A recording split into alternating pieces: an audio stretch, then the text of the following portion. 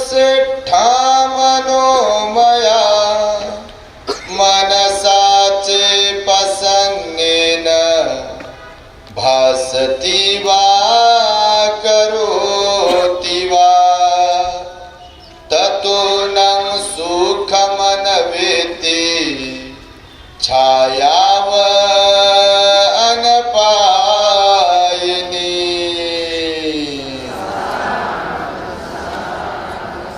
संपूर्ण विश्वाला ज्यांनी सुख शांती मानवता तथा दुःख मुक्तीचा आर्य संदेश दिला असे ते दुःख मुक्तीचे मार्गदाता दुःख मुक्त महामानव महान कारुणिक तथागत भगवान सम्यक संबुद्ध तथागतांनी आपल्या शुद्ध प्रज्ञेतून निर्मिलेला सद्धम्म आणि त्याच सद्धम्माचा गेली 2500 वर्षांपासून सातत्याने अहोरात्र प्रचार आणि प्रसार करणारा पूजनीय भिक्खू संघ या महान आणि सर्वश्रेष्ठ अशा त्रिरत्नांना प्रथमतः त्रिवार अभिवादन करतो, ज्यांच्या महान आणि असीम त्याग प्रभावामुळे आपल्याला जो हा अनमोल असा बुद्ध धम्म लाभला आणि ज्यांच्यामुळे आपल्याला हे एवढे मोठे वैभव प्राप्त झाले असे महान युग प्रवर्तक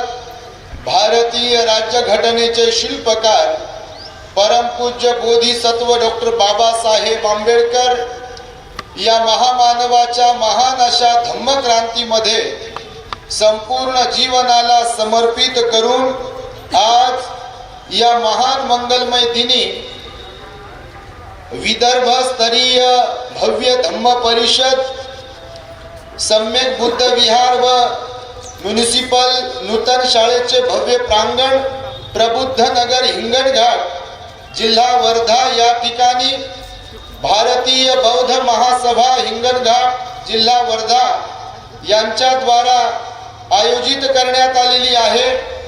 या धम्म परिषदेला प्रामुख्याने 30 डिसेंबर 2025 ते 11 जानेवारी 2026 पर्यंत मार्गदर्शन करणारे आदरणीय संस्थेचे सन्माननीय कार्याध्यक्ष डॉक्टर भीमराव यशवंतराव आंबेडकर साहेब, त्याचबरोबर उद्या आणि परवा पूजनीय भदंत ज्ञानज्योतीजी महासवीर, त्याचबरोबर पूजनीय भिक्खुनी विजय मैत्रिया यांचा आपणास मार्गदर्शन लाभणार आहे। तेव्हा या कार्यक्रमाचे सर्व आयोजक हिंगणघाट तालुका शाखेचे अध्यक्ष सरचिटणीस व सर्व पदाधिकारी, नगर शाखेचे अध्यक्ष सचिव व सर्व पदाधिकारी, ग्रामीण शाखा 75 शाखेचे अध्यक्ष सचिव व सर्व पदाधिकारी, त्याचबरोबर या धम्मदेसनेला या कार्यक्रमाला उपस्थित असलेले धम्मदेसना श्रवण करण्यासाठी उपस्थित असलेले आपण सर्व श्रद्धावंत उपासक उपासिका बालक तथा बालिकांनो, तद्वतच दी ग्रेट हॅपीनेस या आपल्या यूट्यूब चॅनलचे सर्वच दर्शक, सर्वप्रथम तुम्हा सर्वांच्या प्रती मंगल मैत्री सद्भावना व्यक्त करतो आणि आपणा सर्वांच्या दुःख मुक्ती करिता तथागत भगवान बुद्धांद्वारा शिकविलेल्या धम्मोपदेशास प्रारंभ करतो। आपण सर्वांनी शांत एकाग्र आणि श्रद्धायुक्त चित्ताद्वारे या अनमोल बुद्धवाणीला आपल्या हित सुखाकरिता श्रवण करावे, ग्रहण करावे। 30 तारखेपासून डिसेंबरच्या आपल्या कार्यक्रमाला सुरुवात झाली आहे आणि भव्य दिव्य असा हा ज्ञान प्रदान करण्याचा सोहळा सर्व आयोजकांकडून आयोजित केलेला आहे। तेव्हा या कार्यक्रमामध्ये मला वाटतं सुरुवातीपासून सामनेर प्रशिक्षण शिबिर, त्याचबरोबर सावित्रीबाई फुले यांची जयंती आणि भीमा कोरेगाव शौर्य दिन असा वैविध्यपूर्ण कार्यक्रम आपण इथे घेतलेला आहे। तेव्हा सर्वप्रथम मी आपणास सूचना करेल, ज्या आयोजकांनी या कार्यक्रमाचं आयोजन केलंय आणि ज्यांनी या कार्यक्रमासाठी आपापल्या परीने योगदान दिलंय त्या सर्वांचं आपण टाळ्यांच्या गजरांमध्ये अभिनंदन आणि कौतुक केलं पाहिजे। आज डॉक्टर आनंद कौशल्यान भंतेजींची जयंती पण आहे आणि नेमकी आमच्याकडे ही तारीख आज मिळाली। तारखा कंटिन्युअसली सुरूच आहेत, धम्म दौरे सुरू आहेत, विदर्भ दौरा सुरू आहे। ऍक्च्युली परवाला 3 तारखेपासून 2 तारखेपासून आमचा दौरा सुरू झालेला आहे। नांदेड, त्यानंतर परभणी, त्यानंतर अमरावती, त्यानंतर ते अंजनगाव सुरजी, त्याच्यातले 4-5 खेडे, काल आर्वी, वर्धा आणि आज हिंगणघाट, नंतर वाशिम आणि सुरूच राहते। तर हे सगळं करता करता आपल्यापर्यंत आलो। आपण एवढ्या मोठ्या संख्येने इथे उपस्थित झालात, आपणाला सर्वांना पाहून मनाला अतिव आनंद होतोय आणि तुमच्याकडे पाहून अशी एक प्रेरणा मनात जागते आहे, असा विचार येतोय की त्या महामानव बोधिसत्व डॉक्टर बाबासाहेब आंबेडकरांचा जो संकल्प आहे भारत बुद्धमय करण्याचा, तो तुमच्या माध्यमातून पूर्ण झाल्याशिवाय एक दिवस राहणार नाही। आता मगाशी बाळशंकर यांच्याकडे भोजन घेताना जस्ट मी आढावा घेत होतो, कार्यक्रम कसा केला, काय केला, तर ते म्हणाले भंतेजी कोणाकडूनही राजकारण्यांकडून पैसे घेतले नाही, समाजाच्या दानातूनच हा सोहळा होतोय। जवळपास 80 गावांमध्ये आम्ही फिरलो, असं त्यांनी जेव्हा सांगितलं तेव्हा मला अभिमान वाटला बघा की सर्वसामान्य लोक सुद्धा आपल्या मातृसंस्थेच्या माध्यमातून अर्थात भारतीय बौद्ध महासभेच्या माध्यमातून आपल्या हिंगणघाट तालुक्याच्या 80 गावांमध्ये जाऊन पोहोचू शकतात, तिथे समता सैनिक दलाच्या शाखा ओपन करू शकतात। जर असंच हिंगणघाटचा आदर्श आपल्या महाराष्ट्रातल्या सगळ्या तालुक्यांनी घेतला तर लवकरात लवकर भारत बुद्धमय झाल्याशिवाय राहणार नाही बघा। परंतु याच्यासाठी वेळ द्यावा लागते, फुकट काय होत नाही, ह्याचा विचार करावा लागते। आम्ही नेहमी सांगतो भारत बुद्धमय तर झाला पाहिजे म्हणते, बाबासाहेबांचे 4 मुलं गेले म्हणते, रमाई लवकरच गेल्या म्हणते, बाबासाहेबांना लय आजार होते, संविधान लिहिलं, दी बुद्ध आणि त्यांचा धम्मग्रंथ लिहिला म्हणते, काय काय केलं, बाबासाहेबासारखं कोणीच नाही म्हणते, भगवान बुद्धासारखं कोणीच नाही म्हणते, आणि हे घरातच बसते, हे कधीच बाहेर पडत नाही। तुम्ही नाही तसे बापा, तुम्ही लय चांगले, तुमच्यासारखं तर कोणीच नाही आहे। परंतु असे लोक आहेत बघा, म्हणजे दोन्ही प्रकारचे लोक आहेत। परंतु बाबासाहेब म्हणाले की जर खाण्यासाठी जगणे आणि जगण्यासाठी खाणे एक दिवस बटन दबलं की मरणे, बाल्या बाल्याची माय, बाल्याचा बाप, बाल्याची लेकर आपापल्या खोलीत आणि समाज गेलाय चुलीत, अशा मानसिकतेचे लोक जर असतील तर बाबासाहेबांचं काम होईल का? होईल का? त्यासाठी आपला परिवार प्रपंच सांभाळून आपल्याला धम्म कार्यामध्ये सहभागी व्हावं लागेल, सामाजिक परिवर्तनाच्या या लढ्यामध्ये सहभागी व्हावं लागेल। स्वतःसह जगता जगता बाबासाहेबांच्या अनंत उपकारांची जाणीव ठेवून आपल्याला सुद्धा आपलं कर्तृत्व दाखवावं लागेल आणि तेही स्वतः धम्माचं आचरण करून तरच भारत बुद्धमय होईल बघा। आणि त्यामुळे आपल्या प्रत्येक माणसाने स्वतःसाठी जगता जगता समाजासाठी पण जगलं पाहिजे, असा आमचा नेहमीच उपदेश असतो। तुम्ही ऐकतच असाल, द ग्रेट हॅपीनेस वरती आमचे प्रवचन असतात। आमचे संजयजी वानखेडे आता भोजन करताना मला म्हणाले, भंतेजी तुम्हाला 2 दिवस मागितले होते पण तुम्ही काय दिले नाही, एका दिवशी आले तर 2-3 तास बोला। मी म्हटलं बा डॉक्टर म्हणे मला आराम करा, गाडी चालवून कार्यक्रमात बसून, कुठे बसूनच सकाळपासून ध्यानाला बसून, हे कंबरड खराब होते, जरा त्रास देते कधी कधी, तर 2-3 तास जर बसलो जास्त त्रास होईल शरीराला, आणि हे जर लवकर गेलं तर त्याचं दुःख आम्हाला होणार नाही, पण काम करणारे माणसं जर गेले तर समाजाचं मात्र नुकसान होते बघा। आणि त्यामुळे मी म्हणालो की एकाच ठिकाणी जास्त वेळ न थांबता सगळीकडे फिरलो पाहिजे, म्हणून बघा आज 2 दिवसांमध्ये म्हणजे 3, 4 आणि 5 3 दिवसांमध्ये 5 जिल्ह्यांमध्ये फिरलो बघा। आम्ही एका ठिकाणी थांबलो असतो तर या 5 जिल्ह्यांमध्ये जाऊ शकलो असतो काय? आणि म्हणून हे सगळं करत असताना आज आनंद कौशल्यान भंतेजींची जयंती आहे, हा एक मोठा अवसर आहे बघा। भंतेजींचं मोठं काम आहे, तुम्हाला ठाऊक असेल तर दी बुद्धा अँड हिज धम्मा ग्रंथ जो बाबासाहेबांनी लिहिला तो इंग्रजी भाषेमध्ये लिहिला. बाबासाहेबांची जी ग्रंथ संपदा आहे ती प्रामुख्याने इंग्रजी भाषेमध्ये आहे. कारण बाबासाहेब मोठे विद्वान होते. लंडन स्कूल ऑफ इकॉनॉमिक्स मध्ये शिकून आलेले होते. कोलंबिया युनिव्हर्सिटीमध्ये शिकून आलेले होते. उस्मानिया विद्यापीठाने सुद्धा त्यांना डॉक्टरेट दिलेली होती. MA, PhD, DSc, LLD, D.Litt, barrister at law एवढ्या डिग्र्या घेणारे बाबासाहेब होते. आणि म्हणून बाबासाहेबांची ग्रंथ संपदा तुम्ही जर चालली तर बहुतेक ग्रंथ हे इंग्रजी भाषेमध्ये आहे. आणि त्यामुळे सरते शेवटी बाबासाहेबांनी जो ग्रंथ लिहिला जाण्याच्या अगोदर तो कोणता लिहिला? दी बुद्धा अँड हिज धम्मा ग्रंथ लिहिला आणि तोही इंग्लिश भाषेमध्ये लिहिला होता. तर आपल्या लोकांना त्या काळामध्ये शिक्षण नसल्या कारणाने इंग्लिश काय समजत नव्हती. आता तर बाबा लय शिकले लोक आणि काही काही तर जास्तच शिकले. आणि जेवढे जास्त शिकले तुम्हाला सोडून तेवढे हुकले, इकडं येतच नाही.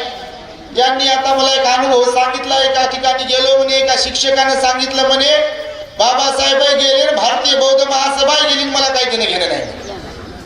हे फार वाईट आहे. तुमच्या माहितीसाठी सांगतो. जर आपला माणूस असा म्हणत असेल तोही शिकलेला तर तो काय कामाचा.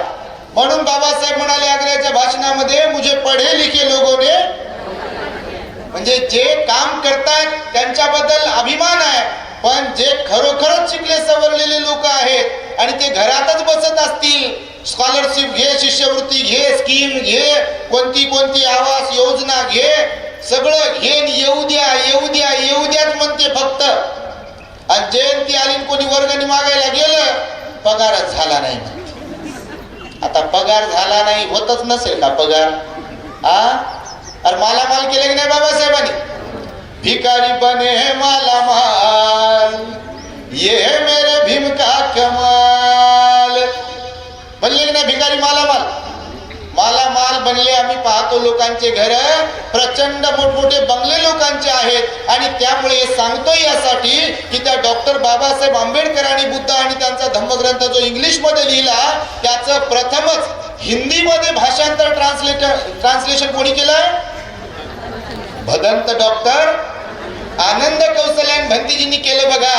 आणि त्यांच्यामुळे मग भारतातल्या विविध प्रांतातील लोकांना महाराष्ट्रासह ती बुद्धा आणि धम्मा ग्रंथ जो महामानवाने लिहिला तो समजण्यास सुरुवात झाली. आणि नंतर मग PS सोसायटीने पण मराठीमध्ये त्याचं भाषांतर केलं. आणि आज घराघरात तो जो ग्रंथ दिसतोय तर त्याचं हिंदी भाषांतर जे आहे आनंद कौशल्यान भंतीजींनी केलेलं आहे. म्हणून भंतेजींच्या प्रती खूप खूप आपण कृतज्ञता व्यक्त केली पाहिजे. कारण भंतेजी खरं तर भिक्खू संघातला हिरा होते. कारण श्रीलंकेमध्ये जाऊन त्यांनी प्रशिक्षण घेतलं. त्या काळामध्ये जगातल्या बऱ्याच देशांमध्ये ते गेले. इंग्लंडला गेले, अमेरिकेला गेले, जपानला गेले, चायनाला गेले, तिबेटला गेले, बऱ्याच देशांमध्ये गेले. बौद्ध संस्कृतीचा त्यांनी अभ्यास केला. आणि बौद्ध संस्कृतीचा अभ्यास करून ॲज अ प्रोफेसर म्हणून ते श्रीलंकेमध्ये होते. आणि भारतात आल्यानंतर त्यांचे व्याख्यान मोठमोठ्या ठिकाणी व्हायचे बघा. त्यांचं साहित्य जर तुम्ही पाहिलं वाचलं तर तुम्ही थक्क व्हाल. अनेक प्रकारच्या विषयांवरती ते हिंदी भाषेचे प्रमुख होते. पाली भाषा, हिंदी भाषा, चायना, मराठी, उर्दू, इंग्लिश अशा वेगवेगळ्या भाषांवरती त्यांचं प्रभुत्व होतं. नागपुरामध्ये दीक्षाभूमीला भंतीजी राहत होते बघा. तेव्हा बाबासाहेब जेव्हा 6 डिसेंबरला गेले तेव्हा बाबासाहेबांची बॉडी दिल्लीवरून नागपूर मार्गे मुंबईला आली होती बघा. नागपूरला दीक्षाभूमीला विमान थांबलं होतं आणि बाबासाहेबांच्या त्या विमानाबरोबर आनंद कौशल्यान भंतेजी सुद्धा मग मुंबईला आले होते. तर ते आनंद कौशल्यान भंतेजी बाबासाहेबांच्या अंत्यसंस्काराला असताना देखील जो लाखो लोकांचा जनसमूह तिथे जमला होता मुंबईमध्ये दादरच्या चौपाटीला. त्या काळात आचार्य आत्रेंचं मराठा दैनिक काहीतरी वर्तमानपत्र होतं. त्याच्यामध्ये बातमी आजही दिसते तुम्हाला. 10 ते 12 लाख लोक बाबासाहेबांच्या अंतिम संस्काराला होते. किती? त्या काळात व्हॉट्सअप नव्हतं, फेसबुक नव्हतं, ट्विटर नव्हतं, इन्स्टा नव्हतं, मोबाईल नव्हता. परंतु आपला जो समाज आहे बाबासाहेबांवर भरभरून प्रेम करणारा तो जरी अशिक्षित होता त्या काळामध्ये, पण बाबासाहेबांच्या हाकेला ओ देणारा होता, बाबासाहेबांचा सन्मान करणारा होता, बाबासाहेबांवर निष्ठा ठेवणारा होता. आणि म्हणून 10 ते 12 लाख लोक मुंबईमध्ये दाखल झाले होते आणि जणू काय स्वतःच्या रक्ताच्या नातातला आपला बाप गेलेला आहे अशा प्रकारे आपले लोक धाय मोकलून रडत होते. आणि एवढ्या लोकांना अंतिम संस्काराच्या वेळेला प्रश्न विचारण्यात आला, ज्यांना कुणाला नागपूरला धम्मदीक्षेसाठी जाता आलं नाही 14 ऑक्टोबर 1956 ला, जे कोणी गेले नव्हते त्यांना जर इथे कोणाला धम्मदीक्षा घ्यायची असेल बुद्ध धम्माची तर त्यांनी हात वर करावा. आणि हजारो नाही तर लाखो लोकांनी हात वर केले. आणि मग गुरु भदंत आनंद कौशल्यान भंतीजी यांनी त्यांना त्रिसरणासह पंचशील दिलं जनसमुदायाला. आणि पुन्हा एकदा धम्मदीक्षेचा बाबासाहेबांच्या पश्चात कार्यक्रम झाला. भंतीजींनी हे एक महान कार्य सुद्धा केलेलं आहे.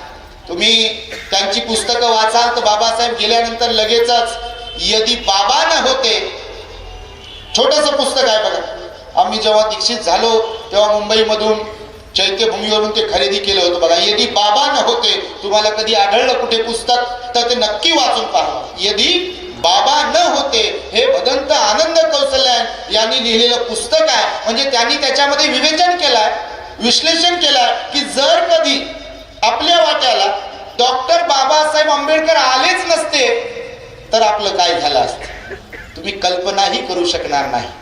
अहो, माणसांसारखी माणसं होतो आपण, आपले पूर्वज. आज काही वाटत नाही, कारण ज्यांना भोगायला लागत नाही त्यांना त्याची झळ मिळत नाही. आणि ज्यांनी भोगलाय तर त्यांना बघा, तुमचे आई वडील असतील किंवा आजी पणजोबा असतील, त्यांनी कधी तुम्हाला सांगितलं असेल तर कमरेला झाडू होता, गळ्यामध्ये मडकं होतं, सार्वजनिक जमिनीवर चालण्याची मुभा नव्हती, सूर्य उगवल्यानंतर दुपारी डोक्यावरती असल्यानंतरच घराच्या बाहेर पडावं लागायचं, कारण सावलीचाही विटाळ होता बघा, विंटाळ होता आपल्या लोकांचा. आणि त्यामुळे हे जे काही वातावरण होतं त्या महामानवामुळे बदललं. आणि आज सोन्याचे दिवस आपल्या वाट्याला आले बघा. प्रत्येकाच्या ही बाबासाहेबांची पुण्याई आहे. कष्ट बाबासाहेबांचेच आहे, मेहनत बाबासाहेबांचीच आहे. हा घाम जो काही आहे तो बाबासाहेबांच्या कष्टाचा आहे. आणि त्यामुळे त्या महामानवाच्या अनंत उपकारांना आपण जागलो पाहिजे. सदैव आपण सामाजिक कार्यामध्ये सहभागी होत राहिलो पाहिजे, धम्म कार्यामध्ये आपण सहभागी होत राहिलो पाहिजे. आणि केवळ आपणच नाही तर आपल्या मुलाबाळांना सुद्धा सोबतीला आणलं पाहिजे. नाहीतर आज मुलांना आपल्या जर धम्माची माहिती दिली नाही, आज बाबासाहेबांची माहिती आपल्या समाजातल्या मुलांना दिली नाही तर येणारं समाजाचं भविष्य पाण्यात राहील बघा. आणि म्हणून आपल्या मुलांना श्रामणेर शिबिरांना पाठवा, ध्यानाच्या शिबिराला पाठवा, विहारात घेऊन येत जा, तर समाज परिवर्तन होऊ शकते, अन्यथा समाज परिवर्तन होणार नाही. आज आपण पाहतोय समाजाचं धम्माच्या तत्वां बाबतीमध्ये एकमत नाही आहे. आता मी तुम्हाला पंचशील देत होतो का नाही, तर मी नमो तसं वेगळंच म्हणत होतो, हे इकडचे नमो तसं वेगळंच म्हणत होते, आणि इकडचे नमो तसं वेगळंच म्हणत होते. ते पाठीमागचे तर म्हणत होते की नाही ते माहित नाही. म्हणजे बुद्ध वंदनेच्या बाबतीमध्ये हा बेसिक आहे. त्रिसरणासह पंचशील हा बुद्धिझमचं बेसिक आहे. बुद्ध धम्माची दीक्षा त्रिसरण पंचशिलाच्या द्वारे दिली जाते. तर हे बुद्ध धम्माचं बेसिक नॉलेज आहे की नाही. आधी ना दाना म्हणायचंय की आधी न दाना म्हणायचंय, याचा फरक 69 वर्षात कळत नसेल तर आपण कुठे आहोत याचं सिंहावलोकन करणं, आत्मचिंतन करणं फार गरजेचं आहे बघा. तुम्ही श्रीलंका, थायलंडची वंदना कधी ऐकली का? ऐकली की नाही बाबा? युट्यूब जिंदाबाद काय रील्सच पाहता का काय? फक्त मोबाईल लेक्चरले लोक वेडे झाले. तुम्ही नाही, तुम्ही तर ऐकत असाल आता, चांगले चांगले प्रवचन येतात युट्यूब वरती बऱ्याच भिक्षूंचे. परंतु बघा, वंदनेच्या बाबतीत एक वाक्यता एक वाच्यता नाही आहे. तुमच्या हिंगणघाटची वंदना वेगळीच असेल चाल, नागपूरकडे गेले की वेगळीच चाल आहे, पुन्हा इकडे यवतमाळ गेले की वेगळीच चाल, अकोल्याकडे वेगळीच चाल आहे.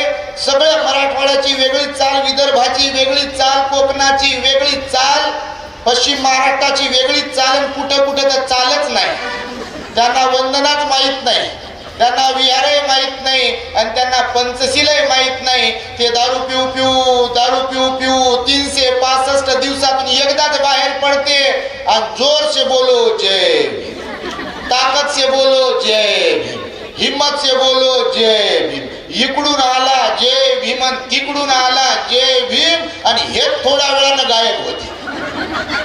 कारण यानं लय काय काय पिलेलं असतं. तुम्ही नाही बाबा, तुमच्याकडे पित नसतील, नाच नसतील, पण आम्ही पाहू लागलो बघा लहानपणापासून. असं समाजामध्ये असाही वर्ग आहे की ज्यांना बाबासाहेबांच्या विचारांचा काही संबंध नाही आहे. आणि म्हणून बघा आपल्या बोलण्यामध्ये, आपल्या वंदना म्हणण्यामध्ये किंवा शिकवणीमध्ये एक वाक्यता असायला पाहिजे, ती आपल्याला दिसून येत नाहीये बघा. म्हणजे इथून प्रशिक्षण घेणं किती गरजेचं आहे समाजाने, ह्याच्यावरती आपला कटाक्ष असला पाहिजे, लक्ष असलं पाहिजे. म्हणून बघा श्रावणी शिबिर पण तुम्ही घेतलं, हे याबद्दल तुमचं अभिनंदन, कौतुक करावं तेवढं कमी आहे. मी तर म्हणतो पहिला कार्यक्रम मी पाहतोय 30 डिसेंबर पासून किती 11 जानेवारी पर्यंत. हो, या दुसऱ्या लोकांचे सप्ते होतात, काय काय होते, जागरणाचे कार्यक्रम होतात, ते तर आम्ही पाहिलेच बघा.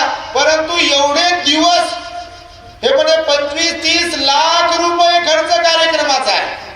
बघा जोक आहे का? 25-30 लाख रुपये खर्च हा जोक आहे का?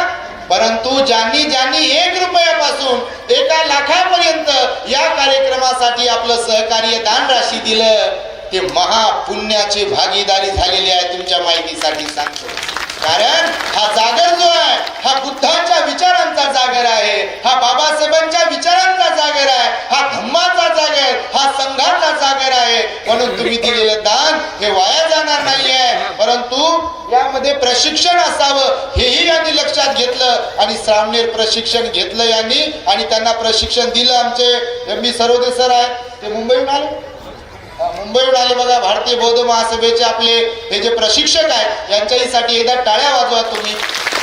कारण जिथे जिथे शिबिरं होतात, श्रावणेर शिबिरं असतील किंवा असे काही कार्यक्रम असतील, तिथे हे पूर्ण वेळ काढून तिथे समाजाला, श्रावणेरांना किंवा उपासक उपासिकांना प्रशिक्षण देण्याचं काम करतात. आज आम्ही समाजामध्ये पाहतोय प्रशिक्षण नसल्या कारणाने काही चिवरधारी आणि काही उपासक पण लय कार्यक्रम बिघडलेला आहे. बरेच उपासक भेटतात, कोणावर पर्सनल टीका टिप्पणी करत नाही आपण.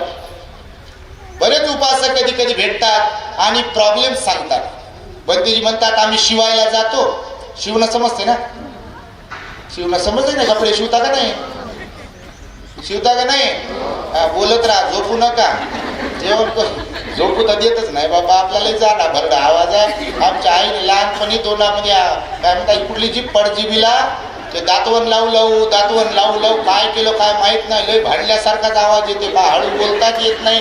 आता फ्रिक्वेन्सीच अशी ठरलेली आहे, त्याला काय करावं. एखाद्याला बाहेरच्याला वाटायचं कोण महाराज आणले, भांडू लागले का काय. पण ते त्यानं ध्यान करून जर ऐकलं तर त्याला समजते बा हे गोळ्या घालू लागले महाराज, शाब्दिक गोळ्या.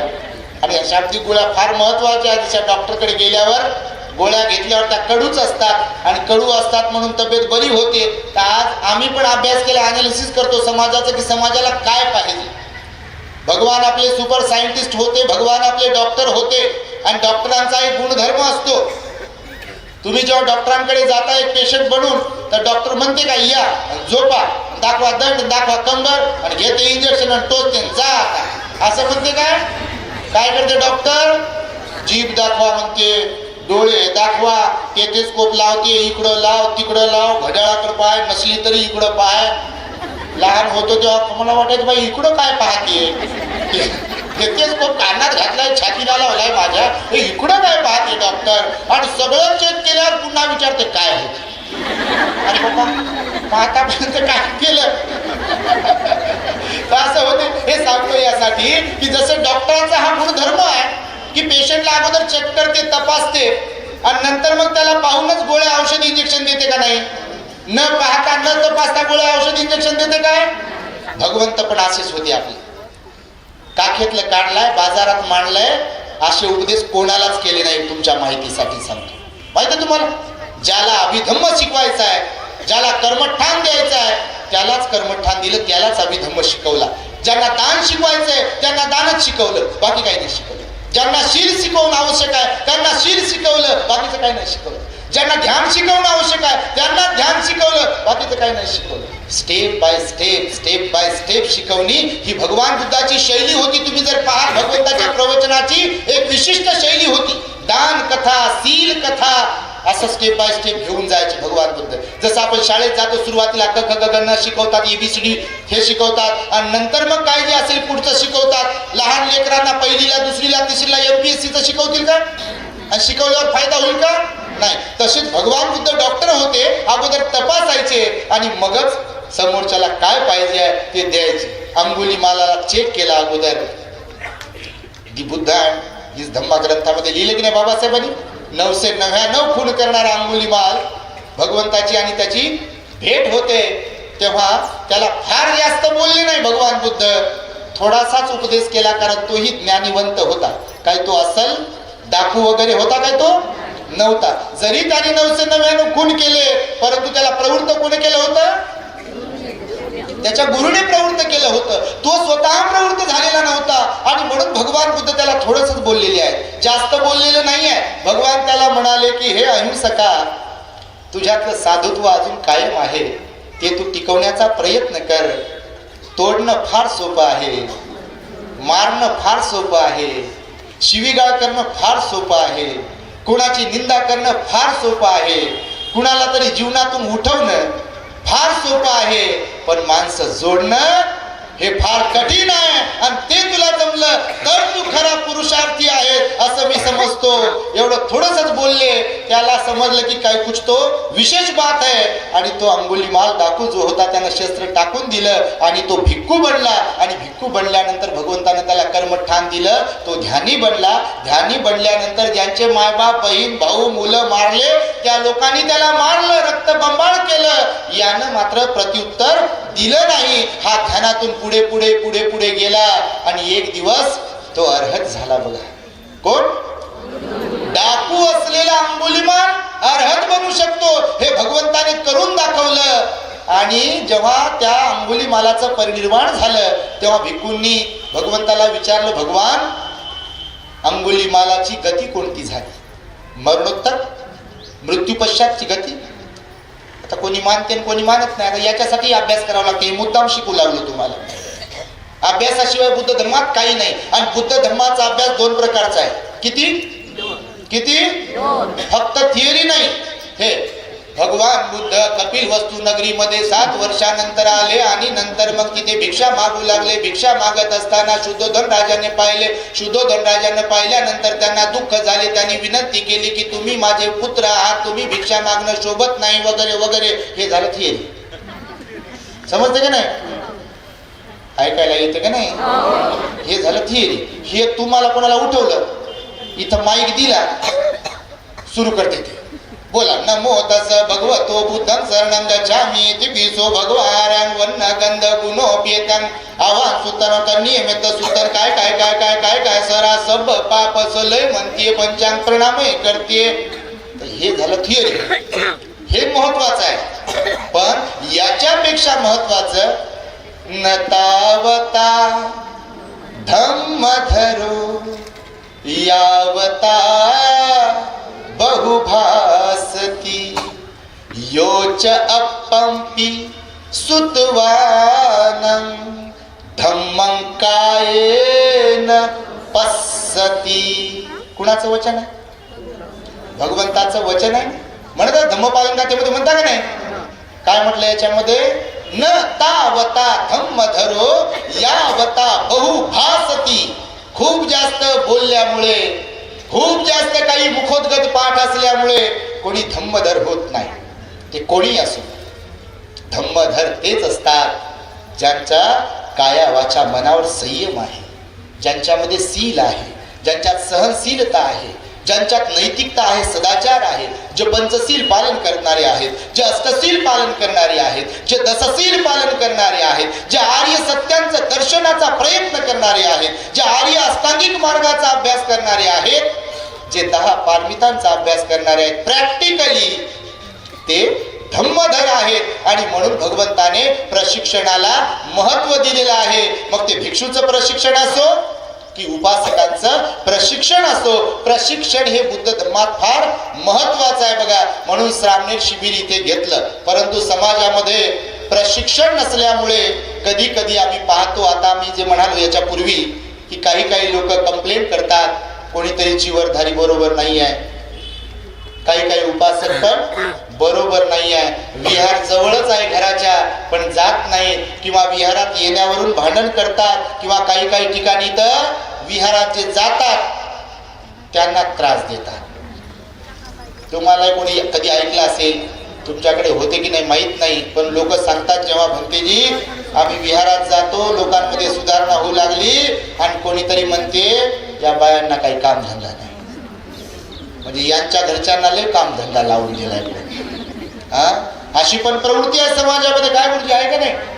अशी पण प्रवृत्ती आहे समाजामध्ये. म्हणजे करणारे एकीकडे, म्हणून तुम्हाला म्हटलं फाटलेलं काही लोक शिवतात. आता शब्द प्रयोग केला मी, तुम्हाला विचार, काही लोक हे जे फाटलंय समाजाचं गणित सगळं, घडी जी विस्कटलेली आहे, तर काही लोक आहेत ती घडी कशी व्यवस्थित होईल, जे फाटलेलं कसं शिवता येईल याचा कसोशीने प्रयत्न करतात, आपली बुद्धिपणाला लावतात, वेळ देतात, पैसा खर्च करतात. परंतु काही मात्र समोर जे शिवते हे पाठीमागून फाडते. तुमच्याकडे असतील की नाही माहित नाही बाबा, तुम्ही लय चांगले हे आहेत म्हणते पहा.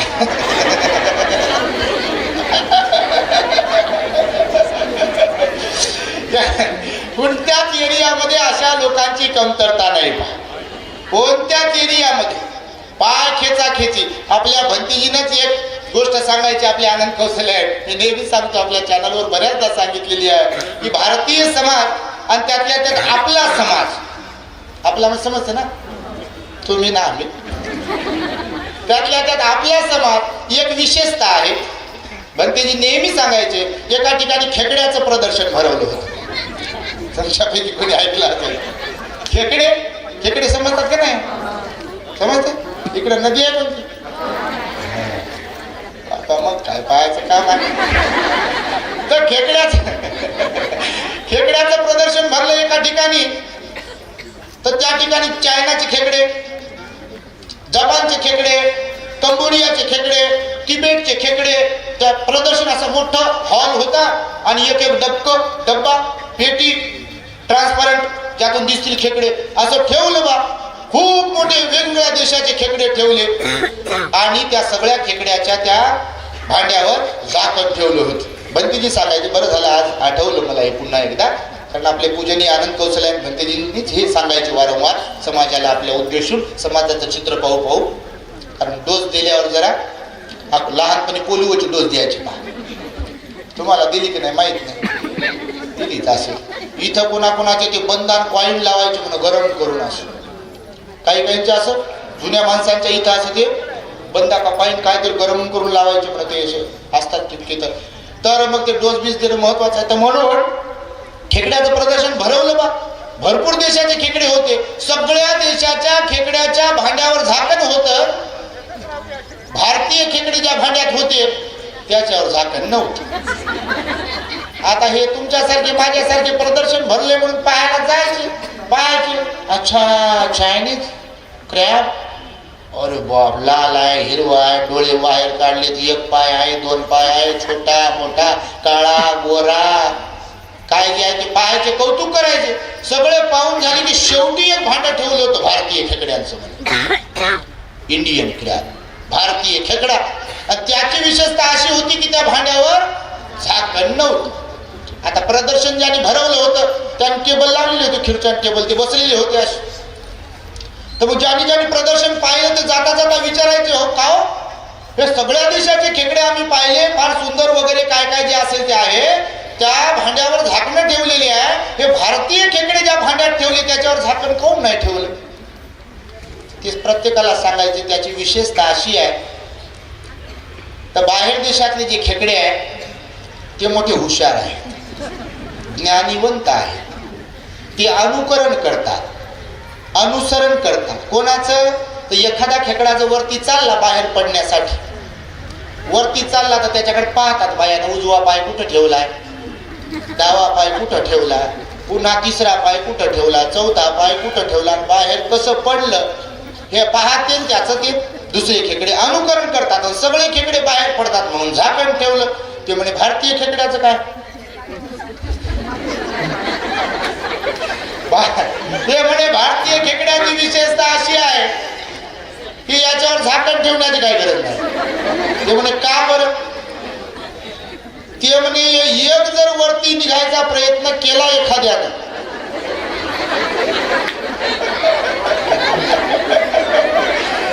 एक पाय जर असा वरती टाकला समजा त्यानं, हे खालचं पटकन धरते त्याचा पाय खाली. माझ्यावरती चालला का? माझ्या अगोदर पुढे जातो का तू? मग तुझं कौतुक होईल, मग तुलाच लोक प्रशंसा करतील. मग माझं काय? माझं काय म्हणण्यामध्ये माझं भलं नको.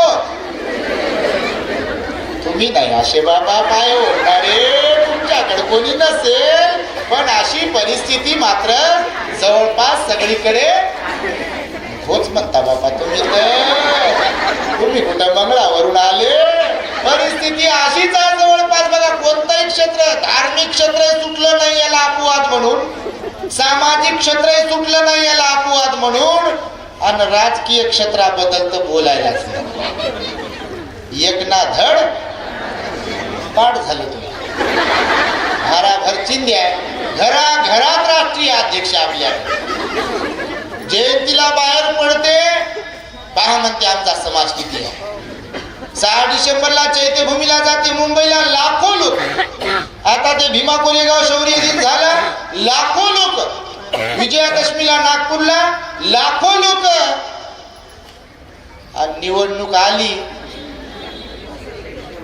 500ला मत, 1000ला मत. त्या नांदेडला त्या दिवशी आम्ही गेलो होतो, तिकडं माळेगाव नावाचं एक गाव आहे म्हणून, तिथं एक जत्रा भरते म्हण. त्या जत्रेमध्ये गाढवं विकायला आले होते म्हणे, खरोखरच हो. तर त्या गाढवाची, एका गाढवाची किंमत 10,000पासून 1,00,000पर्यंत लावली होती म्हणे. बातमी होती त्याची, सोशल मीडियावर तुम्ही पाहिली असेल. खरोखरच. आता मला सांगा, कमीत कमी गाढव जर 10,000ला विकल्या जात असेल, आणि माझं जर 500ला 1000ला विकल्या जात असेल, तर मला सांगा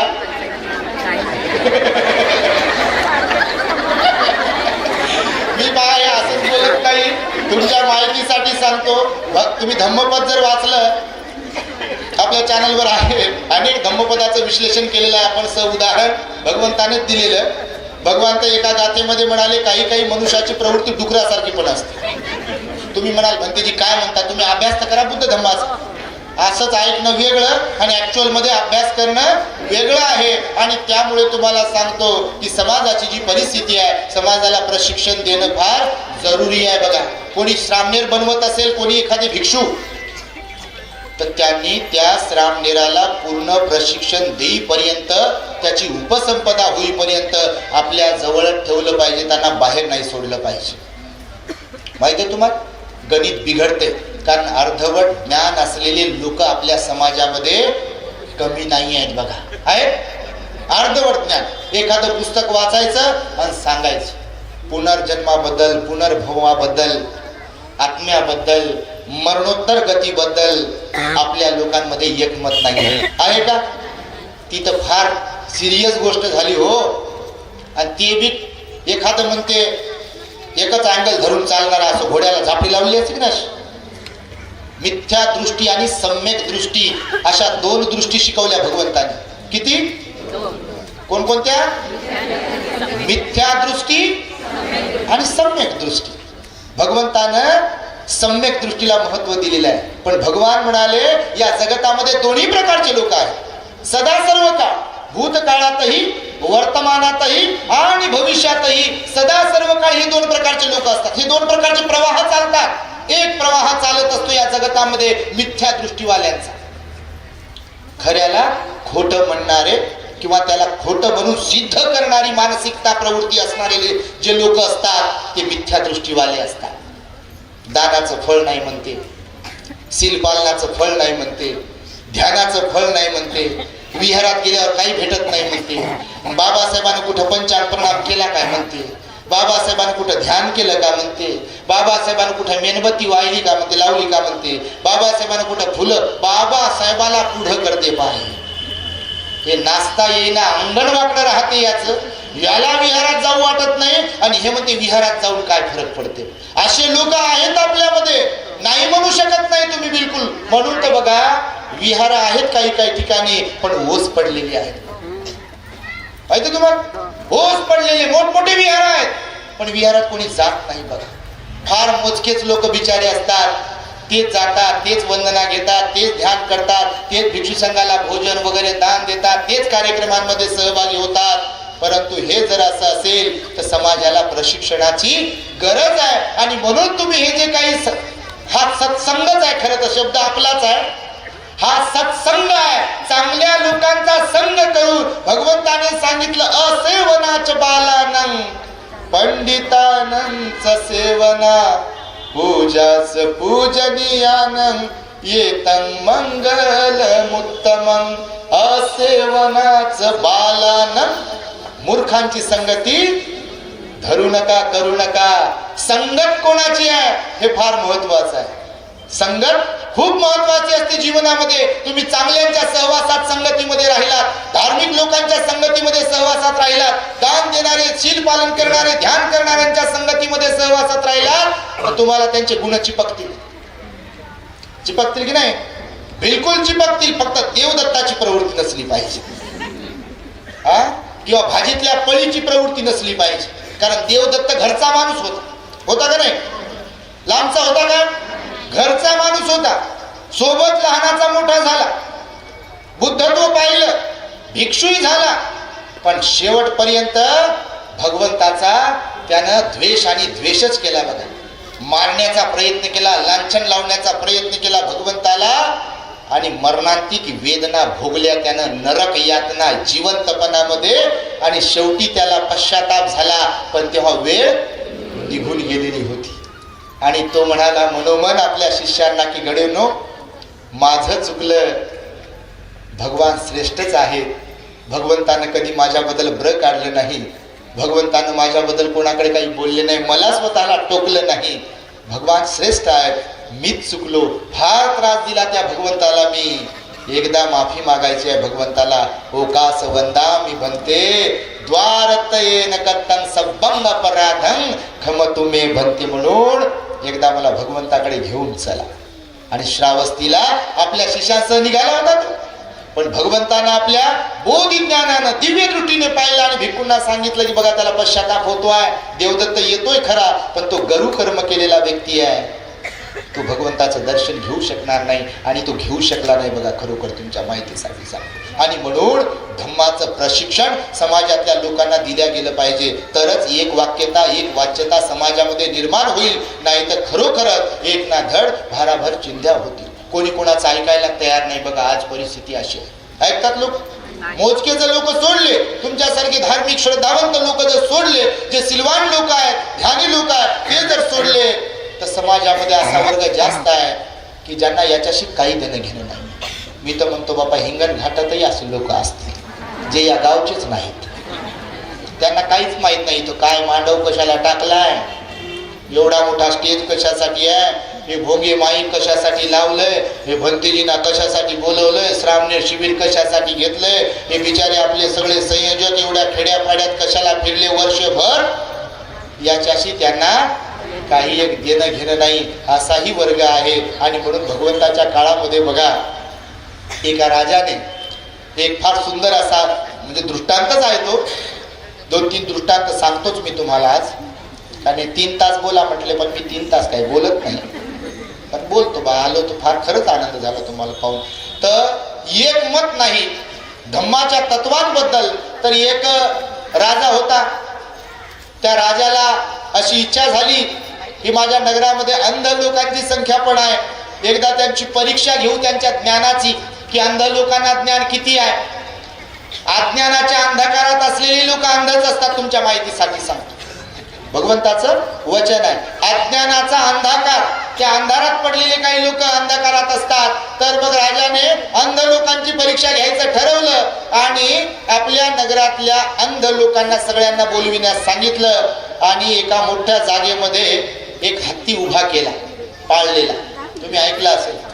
धम्माचं तत्व किंवा धम्माच्या तत्वाबद्दल एक वाक्यता कशी नाही आहे त्याचा एक दृष्टांत भगवंताने दिला की काही लोक मिथ्या दृष्टीवाले असतात, ते धम्माच्या तत्वावर विश्वास ठेवणारे नसतात किंवा एक म्हटलं की दुसरंच काहीतरी त्याला लावतात. तर ते अंध लोकांना बोलवलं राजाने, हत्ती उभा केला आणि हत्ती उभा केल्यानंतर त्या सगळ्या अंधांना सांगितलं की तुमची परीक्षा घ्यायची आहे, तुमच्या समोर हत्ती उभा आहे, तर प्रत्येकाने त्या हत्तीला पहा आणि मला सांगा थोड्या वेळाने की हत्ती कसा आहे.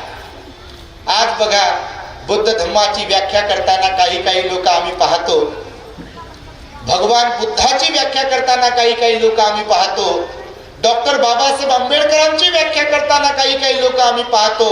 आपापल्या अँगलने आपापल्या ज्ञानानुसार बाबासाहेबांकडे लोक पाहतात, आपापल्या ज्ञानानुसार लोक भगवान बुद्धाकडे पाहतात. पण भगवान हे महासमुद्रा समान आहेत. कशा समान? महासमुद्रा समान आहेत.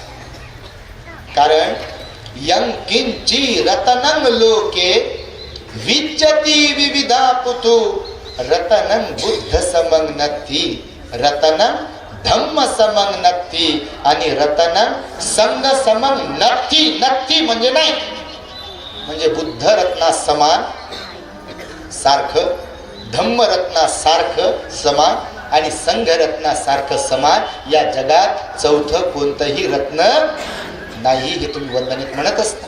म्हणून बुद्धाला आपल्या चष्म्यातून पाहणं हे योग्य नाहीये, त्यासाठी अभ्यास करावा लागतो. तर या अंध लोकांची परीक्षा घेत असताना राजाने त्यांच्या समोर हत्ती उभा केला. सगळे अंध लोक त्या हत्तीच्या बाजूला उभे होते आणि त्यांना चाच पडून, आता डोळे तर नाहीये, मग चाच पडायला सांगितलं, स्पर्श करायला सांगितलं आणि थोड्या वेळाने विचारलं हत्ती कसा आहे. तुम्हाला ज्यांनी पहिल्यांदा ऐकत आहात त्याला वेगळं वाटेल हे की भगवंतानच सांगितलं हे की धम्माकडे पाहण्याचा, धम्मतत्वाकडे पाहण्याचा काही लोकांचा, वेगवेगळ्या लोकांचा दृष्टिकोन कसा वेगवेगळा असतो याची प्रचिती तुम्हाला याच्यातून मिळेल. जो अंध व्यक्ती हत्तीच्या शेपटीजवळ उभा होता की नाही, त्याच्या हाताला हत्तीची शेपटी लागली, त्याला विचारलं हत्ती कसा आहे.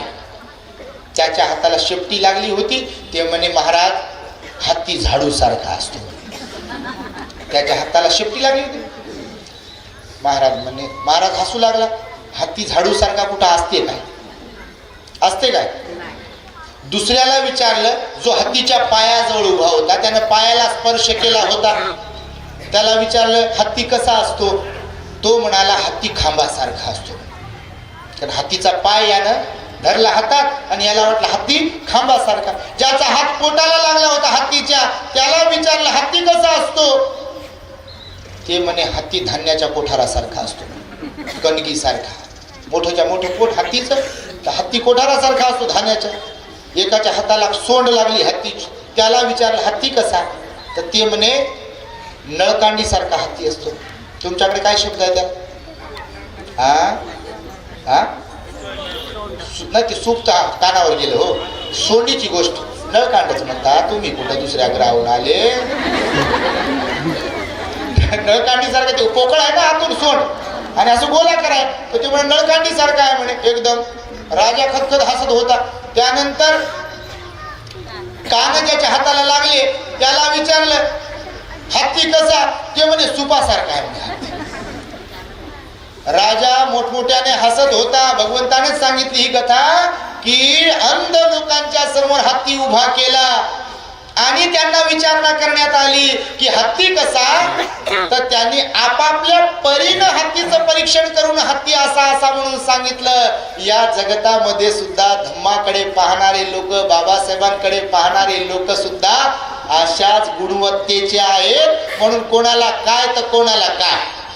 त्या दिवशी एक 14 एप्रिल झाली, नंतर एक जणाला असं सांगत होतो, ते एक जण चर्चा करताना ते म्हणे भंतेजी मला सांगा म्हणे, बाबासाहेब म्हणाले संघर्ष करा आणि मग मारामारी नाही करा तर काय करावं.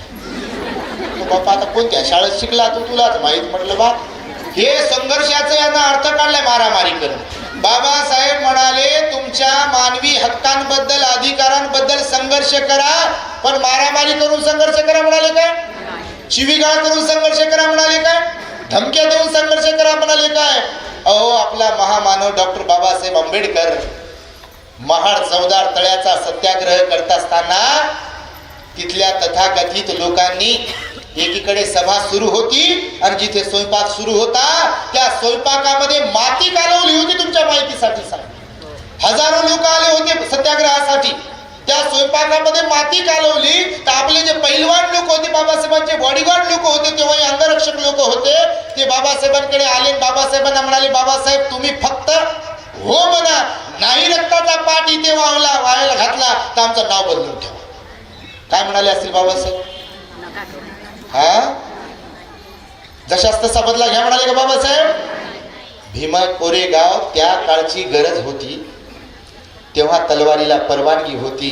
आपल्याच बाबासाहेबांना संविधान लिहिलं, शस्त्र बाळगता येते का? पण त्या तलवारीची जागा कशाने घ्यायला सांगितली? लेखणीने घेतली की नाही?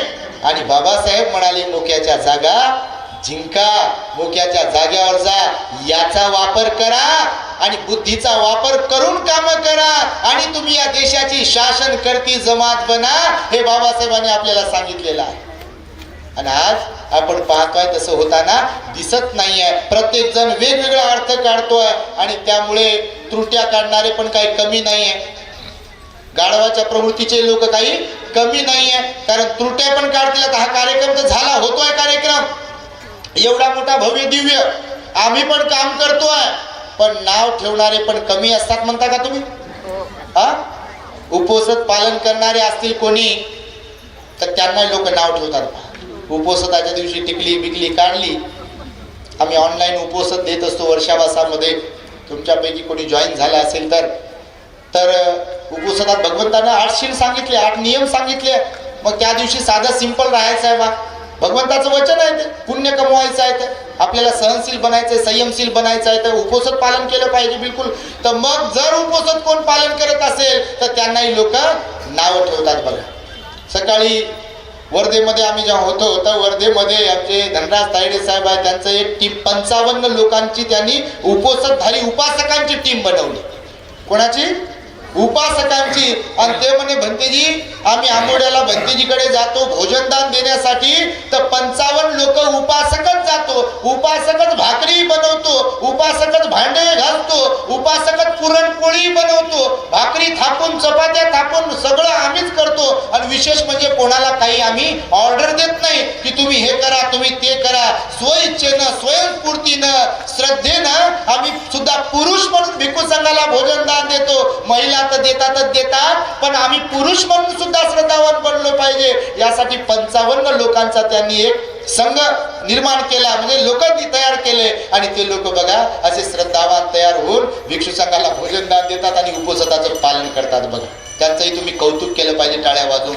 असे लोक तयार होणं हे फार गरजेचं आहे. बघा, कारण असे लोक तयार जर नाही झाले तर समाजाचं नुकसानच होते. आणि म्हणून तुम्हाला एक पुन्हा दृष्टांत सांगतो, नाव ठेवणाऱ्यांचा दृष्टांत कसा आहे समाजामध्ये. आम्हालाही लोक नाव ठेवतात, तुम्हालाही ठेवत असतील. एवढा मोठा कार्यक्रम केला, मी तर प्रत्येकाला सांगतो, भिक्षूंनाही सांगतो आणि उपासकांना काम करणाऱ्यांनाही सांगतो. भगवान म्हणाले अपेक्षा दुःख देते माणसाला. का? कौटुंबिक जीवन जरी जगत असाल, अपेक्षा भंग झाली की त्याचं दुःख आहे. ती मुलाकडून भंग होत असेल, सुनेकडून भंग होत असेल, सासूकडून भंग होत असेल, सासऱ्याकडून भंग होत असेल, नवऱ्याकडून बायकोची भंग होत असेल, बायकोची नवऱ्याकडून भंग होत असेल, अपेक्षा भंग झाली की दुःख होते. आणि म्हणून बघा भगवंतानं सांगितलं, निंदा करणारेही कमी नसतात, चुगली करणारेही कमी नसतात, नाव ठेवणारेही कमी नसतात. इथेही एवढा कार्यक्रम जरी होत असेल तरी याच्यातही त्रुट्या काढणारे लोक कमी नाही. बघा, नाव ठेवणारे लोक असतातच असतात. म्हणून आपण पण अशी अपेक्षा ठेवून म्हणजे काम नाही केलं पाहिजे, हे मी स्वतःला पण सांगतो आणि तुम्हाला सांगतो की त्रुट्या काढणारे लोक असतात. तर एकदा बघा, एक चित्रकार होता आणि तो चित्रकार एकदम परिपूर्ण होता, फार एक्सपर्ट होता. त्याने एक चित्र काढलं आणि चौकामध्ये ठेवलं. त्याची अपेक्षा होती की माझं स्वतःच मला परीक्षण करायचं आहे, तर पाहूया की माझ्यामध्ये पण काही त्रुटी आहेत का. तसं तर भगवंतानं अत्त दीप भव स्वयंप्रकाशित व्हा म्हणत असताना आत्ताही अत्त नो नाथो कोई नाथो परोसिया म्हणाले भगवान. तुम्ही तुमचे मालक आहात, इथे दुसरा कोणीही तुमचा मालक नाहीये. सुख करता आणि दुःख करता आपलंच मन असते. कोण असते? आपलंच मन असते. आपलं मन जर निर्मळ आहे, आपलं आचरण जर शुद्ध आहे तर आपण सुखी आहोत. आपलं मन जर निर्मळ नाही आहे, आपलं आचरण जर शुद्ध नाही आहे तर आपण दुःखी होण्यापासून आपल्याला कोणी थांबवू शकत नाही. तर त्या चित्रकाराने चित्र काढलं, चौकामध्ये ठेवलं आणि त्या चित्राच्या खाली एक मजकूर लिहिला. त्याला स्वतःला चेक करायचं होतं. मी तर म्हणतो प्रत्येकाने, ते भिक्षू असो, श्रामणेर असो, भिक्षुणी असो की उपासक असो, कोणीही असो, आपण ऍक्च्युअल मध्ये प्रत्येक जण स्वतःला आपण नेहमी सांगत असतो. आपल्याला वाटत असते की मी फार ज्ञानी आहे, मी फार हुशार आहे, माझ्यासारखं कोणीच नाही आहे. ऍक्च्युअल मध्ये तसं काही नसते बघा. मी तुम्ही कोणी असो, आपल्यापेक्षा लय मोठमोठे आले आणि लय मोठमोठे गेले. पहा, आलं येणं आणि जाणं. इथे प्रत्येक जण जन्म गावावरून निघालेला आहे, मरण गावाकडे वाटचाल सुरू आहे. म्हणून मीच ज्ञानी, मीच खरा, मीच बरोबर आहे असा विचार कोणी करता कामा नये. त्यासाठी स्वतःला पण चेक करायला भगवंताने शिकवलेला आहे. तर त्या चित्रकाराने चित्र काढलं, त्या चित्राच्या खाली मजकूर लिहिला की ज्याला कोणाला वरील काढलेल्या माझ्या चित्रामध्ये त्रुटी आढळेल त्याने तिथे अशी खून करावी, फुली करावी. समजते ना? समजते की नाही? तर मग त्याने चौकामध्ये ते चित्र ठेवलं सकाळी आणि संध्याकाळी तो चित्र घ्यायला आला की पाहू आता की माझ्या चित्रामध्ये किंवा माझ्या ज्ञानामध्ये काही त्रुट्या वगैरे आहे का नाही. तर त्यानं येऊन पाहिलं, त्यानंच काढलेलं चित्र सायंकाळी गायब झालं होतं. चित्र त्यानंच काढलं होतं पण सायंकाळी गायब झालं. कारण त्यानं मजकूर लिहिला होता की वरील काढलेल्या चित्रामध्ये जिथे कुठे त्रुटी आढळेल तिथं फुली करा. फुली करायला, त्रुट्या काढायला लोकांना लय आवडते बाबा. तुम्ही नसाल तसे, पण चुका काढायला सांगाव लोकांना, त्रुटी काढायला सांगाव. जेवायला जातात लग्नात, तुम्ही जाता का नाही माहित नाही. जेवतात पोटभर, ताणून खातात आणि परत निघले. अहो ते गुलाबजाम बरोबर नव्हते हो, त्याला ते पाक लागला नव्हता आणि खाले 4-5. चपाती कच्चीच राहिली होती का आणि फुल पोट भरले. आता तर ती बफे सिस्टम आली, किती घ्या, पुन्हा भेटल की नाही त्यासाठी लय घ्या. आपलं घ्या, दुसऱ्याच घ्या, नंतर फेकून द्या. अन्नाचा लोक नाश करतात बघा, हे फार वाईट आहे. एक दिवस होता, एक काळ होता, आपल्याला भाकरी मिळत नव्हती. एकीकडे कुत्रे ओढत होते आणि दुसरीकडे आपले माणसं ओढत होते. अशी परिस्थिती होती का? होती की नाही? आज मालामाल झालो की नाही आपण? तर अन्नालाही जागलो पाहिजे आणि अन्न वाया नाही घालवलं पाहिजे. हे सांगतो यासाठी की त्रुटी काढणारे लोक लग्नात भेटतील, वाढदिवसात भेटतील, स्मशान भूमीत हो, अंतिम संस्कारात. तर कोणी जर म्हटलं की नाही कौतुक केलं तर गेलंय ते जळू लागलंय आणि त्याच्याबद्दल जर कोणी म्हटलं अहो फार चांगले होते असं, तू बाजू तुम्ही कशाचे चांगले तुम्हाला काय माहिती आहे, गेलं ते बरं झालं. म्हणजे इथे भगवंतानं तर 8 लोक धर्म सांगितले. फुठ्ठस्स लोक धम्मे हि चित्तं यसं न कंपती असकं विरजन के मग येतं मंगलम. फुठ्ठस्स लोक धम्मे हि म्हणजे 8 लोक धर्म कोणाला चुकत नाहीत म्हणाले भगवान बुद्ध. ते बुद्ध असो, अर्हत असो, बोधिसत्व असो, भिक्षू असो की सर्वसामान्य लोक असो, 8 लोक धर्म कोणालाही चुकत नाही. कोणते 8 लोक धर्म सांगितले? जिथे सुख आहे तिथे त्याच्यानंतर दुःखही आहे आणि जिथे दुःख आहे त्यानंतर सुखही आहे. हे 2. जिथे यश आहे त्याच्या पाठोपाठ अपयशही आहे आणि जिथे अपयश आहे त्याच्या पाठोपाठ यशही आहे. किती झाले? 4 झाले. त्यानंतर जिथे लाभ आहे तिथे हानी पण आहे, नुकसान पण आहे आणि जिथे नुकसान आहे तिथे लाभही आहे. आणि शेवटचे सांगितले जिथे प्रशंसा आहे तिथे निंदा ही हमखास होणार म्हणजे होणार. जे जास्त पॉप्युलर असतात आम्हाला लय अनुभव येते बापा आता सध्या, त्याचं एक दुःख वेगळंच आहे तुम्हाला सांगतो. कारण जलशी प्रवृत्ती बाबा कमी नसते. हे स्पर्धा परीक्षा देणारे कमी आणि जीवनाची स्पर्धा परीक्षा देणारे लय जास्त आहे. कोण म्हणा बा लय चांगलं झालं असं तसं बाबा काय हे मुकत बसले असं त्याचे 12 वाजले कोण बोलून होत मला सांगायचं असतं मी आलो असतो म्हणते. हे असे लोक लय भेटतील बा. तुम्ही कपडा लता काही दागदागिने घेतले घर बांधले की नाही कोण कौतुक करा बाजूचं कोणीतरी भेटतेच पहा ती किंवा तो हे एकदम नाक असं वाकडं करून मुरडून म्हणते तुम्हाला काय माहिती आणि काय ढकळ माहित नसते पहा. त्याला तेल मीठ मसाला लावून सांगतो 2 नंबरचा पैसा आहे हो तिला पोरीला काय काम धंदा नाही काही नाही त्याचं काय खरं आहे हो. एवढंच जमलं जिंदगीमध्ये कोणाचं कौतुक करता नाही आलं. अहो कौतुक तेच करू शकतात प्रशंसा तेच करू शकतात ज्यांचं मन मोठं आहे. कोण करू शकते? शरीर मोठं असून चालत नाही घर मोठं असून चालत नाही मन मोठं असावं लागते. ज्यांचं मन छटाक भर आहे ते काय कौतुक करतील कोणाच करतील का? आणि म्हणून तुम्हाला सांगतो बघा त्या त्रुटी काढली ना पूर्ण त्याचं चित्र खराब केलं. ते नाराज होऊन त्यानं ते चित्र घेतलं आणि घराकडे निघालं. घराकडे जाता जाता त्याच्या मित्राची त्याला आठवण आली आणि बाजूला त्याच्या मित्राचं घर होतं त्याच्या घरी गेलं संध्याकाळी आणि त्याला म्हणे वा दोस्ता मी चित्र काढलं सारं जग मला म्हणत होतं की बा फार चांगला चित्रकार आहे फार चांगला चित्रकार आहे आणि एक दिवस मला स्वतःला चेक करावं म्हणून मी चित्र काढून चौकात ठेवलं आणि त्याच्या खाली असा मजकूर लिहिला की ज्याला कुणाला वरील चित्रामध्ये त्रुटी आढळेल त्याने तिथे फुली करावी तर पाहे असं केलं. म्हणजे मी काढलं होतं ते चित्र गायब झालं फुल्याच फुल्या त्रुट्या. तो मित्र जरा हुशार होता. आता माणसं एकमेकापेक्षा हुशार असतातच तुम्ही पण तसेच तुमच्या आजूबाजूला कोणी बसलेले आहे ते सगळे तसेच आहे. तर मग ते मित्र म्हणे बा मी एक आयडिया देतो म्हणे तुला बा दे म्हणे. उद्या आज जे काढलंय तेच चित्र काढायचं त्याच चौकात ठेवायचं फक्त त्याच्या खालचा जो मजकूर तू लिहिला होता की नाही आज तो उद्याचा मजकूर माझा राहील म्हणे. तुम्ही काय लिहितो काय लिहायचं तर ते म्हणे काल तू काय लिहिलं होतं वरील चित्रामध्ये ज्याला कुणाला जिथे कुठे त्रुटी आढळेल तिथं खून करावी.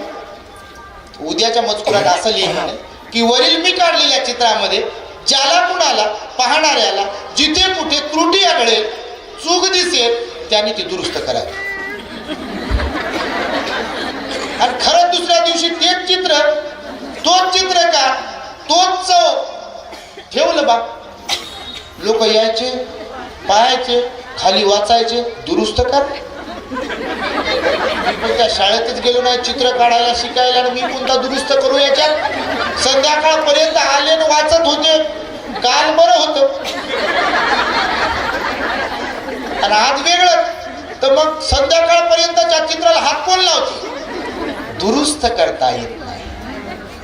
त्रुटी सहज काढता येते दुरुस्त करता आलं पाहिजे. सोल्युशन दे दो काय सोल्युशन द्या उपाय कौशल्य द्या. तुम्ही फक्त नाव ठेवू नका तर सोल्युशन द्या. त्यासाठी तुम्ही उपाय कौशल्य सुचवा. तुम्ही त्यासाठी वेळ द्या काम करा प्रबोधन करा. अहो बदल होत कसा नाही बदल झाल्याशिवाय तुमच्या माहितीसाठी सांगतो राहत नाही.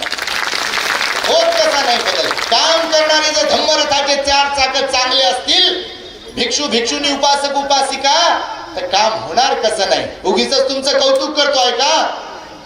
हिंगण घाट सारखे कार्यक्रम काल त्या अंजनगाव सुरजीला पण प्रचंड गर्दी होती. पहा बुद्धवन महोत्सव झाला अंजनगाव सुरजीला प्रचंड गर्दी. परवाला 3 तारखेला परभणीमध्ये मोरे परिवाराचा गृहप्रवेश होता. तुम्ही जर कोणी पाहिला असेल सोशल मीडियावर बघा. अहो गृहप्रवेश कसा असतो छोटासा कार्यक्रम असतो का नाही नातेवाईक वगैरे. अहो गृहप्रवेशाचा कार्यक्रम असा की जणू काही धम्मपरिषद ऐकला एवढे लोक आले धम्मदेश ऐकण्यासाठी. आणि विशेष म्हणजे गृहप्रवेश वेगळा म्हणजे बंगला बांधला आणि मग वेगळ्या ठिकाणी मंडप वगैरे टाकून स्टेज वगैरे टाकून भंतेजींची खुर्ची बिर्ची टाकून लोकांना बसण्याची व्यवस्था लोकांना जेवण्याची व्यवस्था केली आणि लोक बसले बघा. हे आहेर बिहेर सगळे थांबवले. आहेराचं पण लय डेंजर काम आहे तुमच्याकडे आहे काय माहिती. ते रुमाल नाकय पुसता येईना त्या हे असा सुती कॉटन असेल तर असं पुसता येते पहा. ते पॉलिस्टर त्यानं काहीच पुसता येत नाही. खरंच आम्ही लहानपणी पाहिलं. तेच रुमाल देते, डोक्यावरही बसत नाही पाहत. त्याला कुंकू लावू लावू बिजा आणि जोडीदार कुठे आहे म्हणे बाजूला बसवा. आणि मग तो काय काय देते मागे. काही आईला आम्ही विचारलं भाषा बस. त्यांना म्हटलं बाई तुमचे लय नातेवाईक आहेत, एवढे आहेर येतात तुमच्याकडे, काय करतात त्याच? बनतेजी म्हणे 4 कपाट भरलेले आम्ही घरात. मी म्हटलं त्याचं काय करता? त्याचं काय करायचंय? आम्हाला पत्रिका जेव्हा येतात तेव्हा याची टोपी त्याला, त्याची टोपी याला, बस टोप्या घालत राहतो. म्हणजे दुसरं काय करायचं? दुकानात जाण्याची गरजच नाही म्हणे कुठं. तुम्ही करत असाल असं काय? तुम्ही नसाल कधी करत? कारण आहेरा होता कोण कपडा घालते? बाबासाहेबांना भरभरून दिला बघा आपल्याला. सोन्याचा धूर निघतो झोपडीत माझ्या, मजला सलाम करतो तो दिल्लीचा राजा, मजला सलाम करतो तो दिल्लीचा राजा. भीमलेखनीची ही धार, क्रांतीची झाली तलवार, क्रांतीची झाली तलवार, भीमलेखनीची ही धार. खरं की खोटं? बाबासाहेबांना सगळं काही दिलं बघा. दिवस बदलले की नाही आता? परंतु तुमच्या माहितीसाठी सांगतो, आहेर बदलले नाही. ते आहेर कोणी घालत नाही. तर तुम्हाला सांगतो की त्रुटी काढायला कोण पुढे येईल, आणि म्हणून त्रुटी वगैरे कोण काढत नव्हतं बघा त्या ठिकाणी. म्हणून त्रुटी काढण्यापेक्षा मी काय योगदान देऊ शकतो भारत बुद्धमय करण्यासाठी, हा विचार आपल्या लोकांच्या मनात आला पाहिजे. नेहमी प्रवचनातून रिपिटेशन करू मुद्दाम सांगतो मी. इथल्या बऱ्याच लोकांना वाटते भारत बुद्धमय तर झाला पाहिजे, विहारात लोक तर गेले पाहिजे, ध्यानी लोक तर झाले पाहिजे, पण माझं घरदार सोडू. भंतेजी तर झाले पाहिजे, पण माझे मुलं सोडू. अशानं होईल का भारत बुद्धमय? दुसरीकडे बोट करते अशी. आपलं घर तसंच गळू लागलं आणि हे दुसरीकडे बोट करते बघा असं. त्यानं होईल का भारत बुद्धमय? बिलकुल होणार नाही. म्हणून बाबासाहेब 15 ऑक्टोबर 1956च्या भाषणामध्ये आपल्या लोकांना उद्देशून म्हणाले की मी तुम्हाला नव्याने बुद्ध धम्माची दीक्षा दिली आहे. तुम्हाला नव्याने हजारो वर्षानंतर बुद्धाचा धम्म मी देऊ शकलो, परंतु बुद्धाचा धम्म मोठा जड आहे. गळ्यामध्ये मडकं अडकून घेतल्यागत समजू नका. कारण तेव्हा मडकं अडकायचे ना लोक. तर गळ्यामध्ये मडकं अडकवल्यासारखं समजू नका बुद्ध धम्म घेऊन. तुमची ही जबाबदारी मोठी आहे. महामानवाचे शब्द काय? तुमची ही जबाबदारी मोठी आहे. तुमच्याकडे बघून उद्या इथल्या प्रस्थापित व्यवस्थेनं अशी म्हणण्याची वेळ येऊ देऊ नका की महाराणी बुद्ध धम्म पाठवला. भीम के लगते जिगर, अर्ध्यापेक्षा कमी इधर आणि अर्ध्यापेक्षा जास्त उधरच जात असतील तर बाबासाहेबांशी बेमानी करणं आहे की कृतज्ञता व्यक्त करणं? बेमानी करणं आहे का नाही? बघा तुम्ही. आणि त्यामुळे बघा आपले लोक प्रामाणिकपणे धम्माचं आचरण करून बुद्ध धम्माचा प्रचार आणि प्रसार करता आला पाहिजे आपल्याला. कारण प्रचारक जे असतात ते भिक्षू चिवरधारी असो की ग्रहस्थ असो, प्रचारक म्हणून आपण अगोदर व्यवस्थित असायला पाहिजे. तेव्हा आपण इतरांना सांगू शकतो, इतरही लोक आपलं ऐकतील. परंतु आपणच व्यवस्थित नसेल. एक जणानं गुरुजी तुम्हाला सांगतो, मागे सांगितलं, लग्न लावणारा एक माणूस म्हणे पांढऱ्या कपड्यामधला लग्न लावते म्हणे, वाढदिवस करते, काय काय करते, दान घेते आणि संध्याकाळी दारू पिते, त्याला तंबाखूची लत आहे म्हणे आणि रोज घरी भांडण होते. कोण करते बुद्ध धम्माचा अपमान? कोण करते? अहो पुतळ्यांचा फोटोंचा अपमान होण्यानं काही फरक पडणार नाही. आज युनेस्कोच्या कार्यालयामध्ये डॉक्टर बाबासाहेब आंबेडकरांचा पुतळा बसवलेला आहे. तुमच्या माहितीसाठी सांगतो, अमेरिकेच्या कोलंबिया विद्यापीठामध्ये सिम्बॉल ऑफ नॉलेज म्हणून त्या विद्यापीठाने बाबासाहेबांचा गौरव केलेला आहे. तुमच्या माहितीसाठी सांगतो, विदेशातल्या विद्यापीठांमध्ये बाबासाहेब अभ्यासक्रमाला आहेत. बाबासाहेबांचा विचार कोणी संपवू शकत नाही. फोटो जाळले काय आणि पुतळ्यांचा अपमान केला काय, त्यानं महामानवाचा विचार खंडित होणार नाहीये.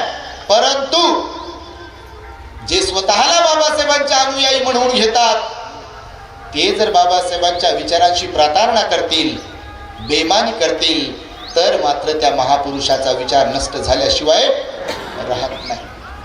वैशालीला असताना भगवान लिच्छवींना सत्य अपरिहानीय धम्मा नावाचा उपदेश केला. समाज एक राहण्यासाठी भगवंताचा पण उपदेश आहे, सत्य अपरिहानीय धम्मा, 7 नियम वज्जी लोकांच्या लिच्छवींचे. परंतु त्या लिच्छवींमध्ये वज्जींमध्ये फूट पाडली. वर्षाकार नावाचा एक ब्राह्मण आला, त्यानं फितवले लोक, जसं वारखेड्याला फितवलं, गायकवाडला वेगळंच सांगितलं, याचे कान भर, त्याचे कान भर, याला त्याच्या विरोधात सांग, त्याला याच्या विरोधात सांग. त्यानं फोडला समाज आणि नंतर मग त्यांच्यासोबत युद्ध झालं आणि ते हरले, बेचिराग झाले. बघा आपल्याही समाजात असंच होत आहे. कोण्यातरी नेत्याला, कोण्यातरी लीडरला बोलवायचं, त्याला पैसे द्यायचे, त्याला मानपान द्यायचे, त्याला पद द्यायचे आणि तोय म्हणते जणू काय मी ठेका घेतलाय समाजाचा, बस मीच आहे म्हणते आणि सारा समाज दावणीला बांधते. बघा होत नाही असं, होते की नाही? नाचक्की आहे तुमच्या माहितीसाठी, नाचक्की करून घेतात लोक, बाबासाहेबांचा अपमान करून घेतात लोक. बघा कधी कधी तुमच्या माहितीसाठी सांगतो, ही अत्यंत खेदजनक आणि लाजिरवाणी बाब आहे. त्यामुळे आपल्यामध्ये सुधारणा झाली पाहिजे. बघा सुधारणा जर झाली नाही तर फार अवघड गोष्ट होईल. बघा म्हणून भगवंताने पण सांगितलं, आम्ही नेहमी सांगतो 3 प्रकारचे लोक आहेत. शेवटचा पॉइंट सांगतो मी तुम्हाला, या जगतामध्ये आणि समाजामध्ये पण आपल्या 3 प्रकारचे लोक आहेत. बघा एक तर समाजाला तोडणारे लोक काही काही आहेत. कसे? समाजाला तोडणारे. चांगलं चाललंय, व्यवस्थित चाललंय की नाही, तर ते बिघडवतील. बघा बिघडवतात की नाही? जयंतीवरून भांडण करतील, मिरवणुकीवरून भांडण करतील, पंक्तीवरून भांडण करतील, जेवणाच्या पदार्थांवरून भांडण करतील, वर्गणीवरून भांडण करतील, माझं ऐकलं नाही म्हणून भांडण करतील. बरोबर करतात भांडण. बघा समाज तोडण्याचं काम करत, समाज तोडणारे. दुसरा प्रकार सांगितला, समाज फोडणारे पण लोक आहेत. बघा आहेत की नाही? फोडतात. बघा आता निवडणुकीच्या वेळेला लय दिसते तुम्हाला, फोडतच राहत. मी कालही सांगितलं, परवा परभणीलाही सांगितलं, आता लोक तर बापा रोजंदारीवर लावतात म्हणे बाया, माणसंही लावत असतील. त्या दिवशी तिकडे पाहिलं परभणीला, मी गाडीतून येताना एकाच रंगाचे कपडे असलेल्या काही महिला दिसल्या. मी विचारलं बा माझ्या बाजूच्याला, म्हटलं बा हे काय नेमकं सुरू आहे? ते म्हणे भंतेजी निवडणुकीचा प्रचार सुरू आहे. आणि ते म्हणे भंतेजी हे जे दिसू लागले की नाही लोक, हे रोजाने लावलेले लोक आहेत, 500 रुपये रोज आहे. तुमच्याकडे आहे का नाही माहित नाही.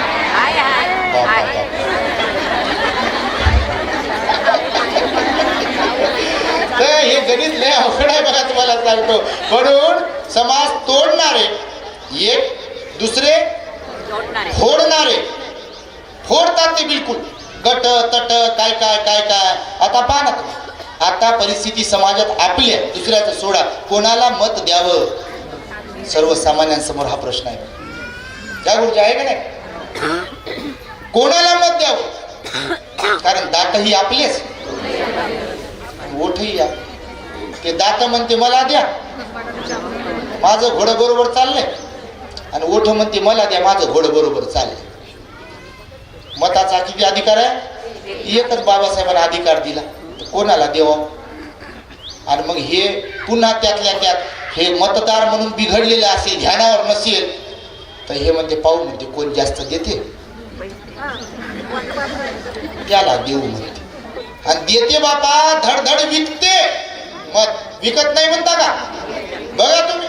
आणि म्हणून हे आपण रोखठोक बोलतो, पर्सनली कोणाला बोलत नाही, पण समाजात अशी परिस्थिती आहे आणि हे बोललं पाहिजे. तुमच्या माहितीसाठी सांगतो, तर परिवर्तन होईल, नाही तर काय परिवर्तन होईल? आणि म्हणून तोडणारे, फोडणारे आणि फक्त काही लोक आहेत ज्यांची संख्या बोटावर मोजण्या एवढी आहे की ते समाज जोडणारे आहेत. आणि त्या जोडणाऱ्यापैकी तुमच्या हिंगणघाटामध्ये भारतीय बौद्ध महासभा मातृ संस्थेचे सगळे पदाधिकारी जे आहेत, या कार्यक्रमाचे आयोजक, ते समाज जोडणारे आहेत. त्यांच्यासाठी तुम्ही टाळ्या वाजवून त्यांचं कौतुक केलं पाहिजे. हे आमचे संजय वानखेडे आले, आम्हाला भेटले, किती विनवणी केली असेल यांच्या टीमनं.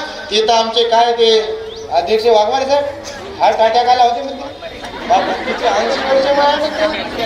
78 वर्ष वय आहे बघा. तरुणांना लाजवेल अशी ऊर्जा त्यांच्यामध्ये, त्यांच्यासाठी सुद्धा तुम्ही टाळ्या वाजवल्या पाहिजे.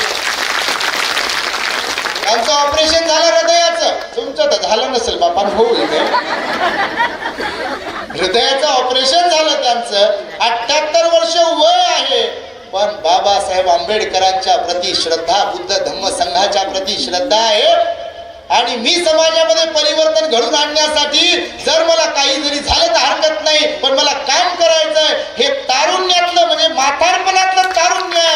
आणि असे जर म्हातारी माणसं आपले घराघरामध्ये निर्माण होतील तर बाबासाहेबांचं स्वप्न आणि संकल्प साकार झाल्याशिवाय राहणार नाही. आणि म्हणून माझ्या माता भगिनींनो, माझ्या भावांनो, बहिणींनो, मायांनो, बाबांनो, तुम्ही मायबाप आहात. तुमच्यामध्ये परिवर्तन व्हावं म्हणून मी हे बोलतोय. तुम्ही समाज तोडणारे किंवा फोडणारे नसले पाहिजे, नाही तर लय पाप लागते पहा तुम्हाला. लय म्हणजे लय पाप लागते पहा. आणि पापाचं फळ उलटच येते पहा. तुम्ही म्हणत असाल तर त्याचा दृष्टांतही सांगतो जाता जाता. सांगू का? हा नाही कसे म्हणा. भगवंताच्या काळातच घटना घडली श्रावस्तीला. भगवान आपले श्रावस्तीला होते की नाही, तेव्हा घटना घडली. एक शिकारी होता आणि एक भिक्षू होते. हे असं चिवर भिक्षूच, भगवत चिवर हे मोठं आकर्षक आहे. भिक्षूचं चिवर, भिक्षू आकर्षक असतात. तर मग एक शिकारी होता, तो सकाळी शिकारीसाठी बाहेर पडला. त्याच्यासोबत कुत्रे होते त्याचे. शिकारी पाहिले का तुम्ही? कुत्रेवाले शिकारी पाहिले? हो म्हणा, नाही म्हणू नका. तर ते बाहेर पडले ते सकाळीच. तर एक भंतीजी भिक्षाटनासाठी गावात येत होती. विहार गावाच्या बाहेर असायचे ना तेव्हा. आता गावात आले तेव्हा गावाच्या बाहेर भगवंताची कॉन्सेप्ट आहे. विहार हे गावाच्या जवळही नसावं, दूरही नसावं. कारण भिक्षूंना पण डिस्टर्ब नाही झाला पाहिजे ध्यानासाठी किंवा सगळ्या गोष्टींसाठी. उपासकांना पण ते जास्त त्रास नाही झाला पाहिजे विहारात पोहोचण्यासाठी. तर मग हे शिकारी निघाला सकाळी सकाळी शिकार करण्यासाठी जंगलात. आणि विहारातून भंतेजी गावात भिक्षाटनासाठी येत होते. यानं भंतेजीचं तोंड पाहिलं. हे आपशाकून मानणार होते. तुमच्याकडे मानतात का नाही माहित नाही बाबा, मानतात. तो तर लय डेंजर आहे. बंद असाच बसला म्हणते, कॉईन उभाच राहिला म्हणते. मी तुम्हाला आत्ताच करून दाखवत होतो. उभा ठेवू शकतो परातीमध्ये, प्लेटमध्ये. तुम्ही म्हणाल ते करून दाखवू शकतो इथं काही पण. त्याच्यात काही जादू म्हणतात छुंतर, काही काही नाही. लय काय काय येते आपल्याला बी. पण मला काही म्हणू नका बाहेर करून दाखवा म्हणून. नाही ना आमच्या घरी या म्हणते जी 1 रुपया ठेवून पान पाहता का? आपशकून भविष्य पाहता का? आणि खरंच भविष्य ते आपण विद्या तुमच्या माहितीसाठी सांग. ते जमते आपल्याला, पण तुम्ही म्हणू नका बा दाखवा. त्याच्या भानगडीत पडू नका, धर्मात आचरण करा. तर हे शिकारी होते की नाही, यानं भंतीजीचं पाहिजे मुंडन पिंड टकलं पिकलं केलेलं आहे. असं परिमंडल केलेलं, हातामध्ये भिक्षा पात्र आहे. गावामध्ये निघाले भिक्षाटनासाठी. हे निघालं जंगलामध्ये शिकार करण्यासाठी. यानं भंतीजीला पाहिलं. हे काय धार्मिक बिर्मिक काही नव्हतं. आता हिंसा करणारं कुठे धार्मिक राहते का? चोरी करणारं कुठे धार्मिक राहते का? व्याभिचार करणारं कुठे धार्मिक राहते का? खोटं बोलणारं लबाडी करणारं कुठे धार्मिक राहते का? आणि दारुगांच्या पिढी तंबाखूचं सेवन करणारं कुठे धार्मिक राहते काय? ते गय गुजरे राहतात हे लोक. हे चांगल्याला बिघडवणारे लोक. खरं की खोटं? होच म्हणा, नाही काय म्हणा. आणि खरंच आहे बाबा. तर मग ते भंतेजी पाहिलं. हे गेले जंगलात शिकारीसाठी. हे जंगलात गेलं, दिवसभर शिकार शोधली यानं, पण नेमकं त्या दिवशी याला शिकार नाही भेटले. शिकार आहे याच्या मनात एकच विचार, त्या भगवेधारी बौद्ध भिक्षूला पाहिलं, त्याचं तोंड पाहिलं आणि म्हणून मला काय शिकार भेटली नाही. त्या भंतीजीला भिक्षूला पाहिलं, त्याचं तोंड पाहिलं म्हणून मला काय शिकार भेटली नाही. आणि हे संध्याकाळी मग शिकार काहीच भेटली नाही. कसं होईल काय होईल म्हणून निघालं घरात. घराकडे निघालं आणि भंतेजी नेमके मग काही कार्यक्रमाला गेले असतील, प्रवचनाला गावात. गावातून भंतेजी नेमके तेच विहाराकडे येत होते. विहार गावाच्या बाहेर होत, पुन्हा भेट झाली याची. याच्या डोक्यात तेच होतं, भंतीजी ते भेटलं कोणीतरी आणि म्हणून मला शिकार भेटली नाही. पुन्हा डबल यानं भंतीजीला पाहिल्यावर याच्या तळपायाची आग मस्तकाला गेली. आता हे जे होत गेलेली केस होत, एकदम थर्ड क्लास मानसिकता असे लोक असतात. तो याला भंतीजी बद्दल राग द्वेष चीड मनामध्ये होत आणि याला वाटलं आता मी याला सोडत नाही. कोण कधी कोणाला त्रास देईल, कोण कधी कोणाच्या बद्दल द्वेष बाळगेल, क्रोध करेल, राग करेल, हे सांगता येत नाही बघा. आणि या द्वेषातून क्रोधातून चांगल्या लोकांनाही त्रास दिला जातो. स्वतः भगवान बुद्धाला सुद्धा त्रास दिला बघा त्या काळामध्ये, दिला का नाही? अहो लोक थोंकले भगवंतावर, माहिती आहे तुम्हाला? उपवाशी ठेवलं भगवंताला आपल्या, माहिती आहे का तुम्हाला? भगवंताला मारण्यासाठी कृतकूट पर्वतावर लोक पाठवले. देवदत्ताच्या सांगण्यावर माझ्या शत्रूने सुंदरी नावाच्या स्त्रीचं लांछन लावलं, चिंचा नावाच्या स्त्रीचं लांछन लावलं भगवंताला. उपाशी ठेवलं भगवंताला. कितीतरी प्रसंग असे भगवंतावर घडलेले आहे. देवदत्तानं दगड मारला भगवंताला, मारला का नाही? चांगल्या लोकांनाही त्रास होतो तुमच्या माहितीसाठी. मी तर म्हणतो बा, वाईटाच्या तुलनेत वाईटाला कमी. कारण ज्या झाडाला फळं लागतात लोक त्याच झाडाला दगड धोंडे मारतात. ज्याला फळच लागत नाही त्याला कोणी दगड धोंडे कशाला रिकाम मारेल का? तर मग यानं भंतीजीला पाहिलं, याच्या तळपायाची आग मस्तकाला गेली. याच्या बरोबर होते याचे कुत्रे शिकवले, दूर होते भंतीजी. यानं कुत्र्याला लावून दिलं पाय आणि कुत्रे छू केलं की ते कुत्रे फार हुशार असतात शिकाऱ्याचे. ते धावले भंतीजीवर धावले. तर भंतीजी आमच्यासारखं थोडं तरुण होत, ते बी धावले जीवाच्या अंकात आकांतानं. काय करावं आता? तर ते झाड दिसलं, गेले झाडावर चढले सर सर सर सर. कुत्रे खाली, त्याचा मालक शिकारी खाली, भंतीजी वर.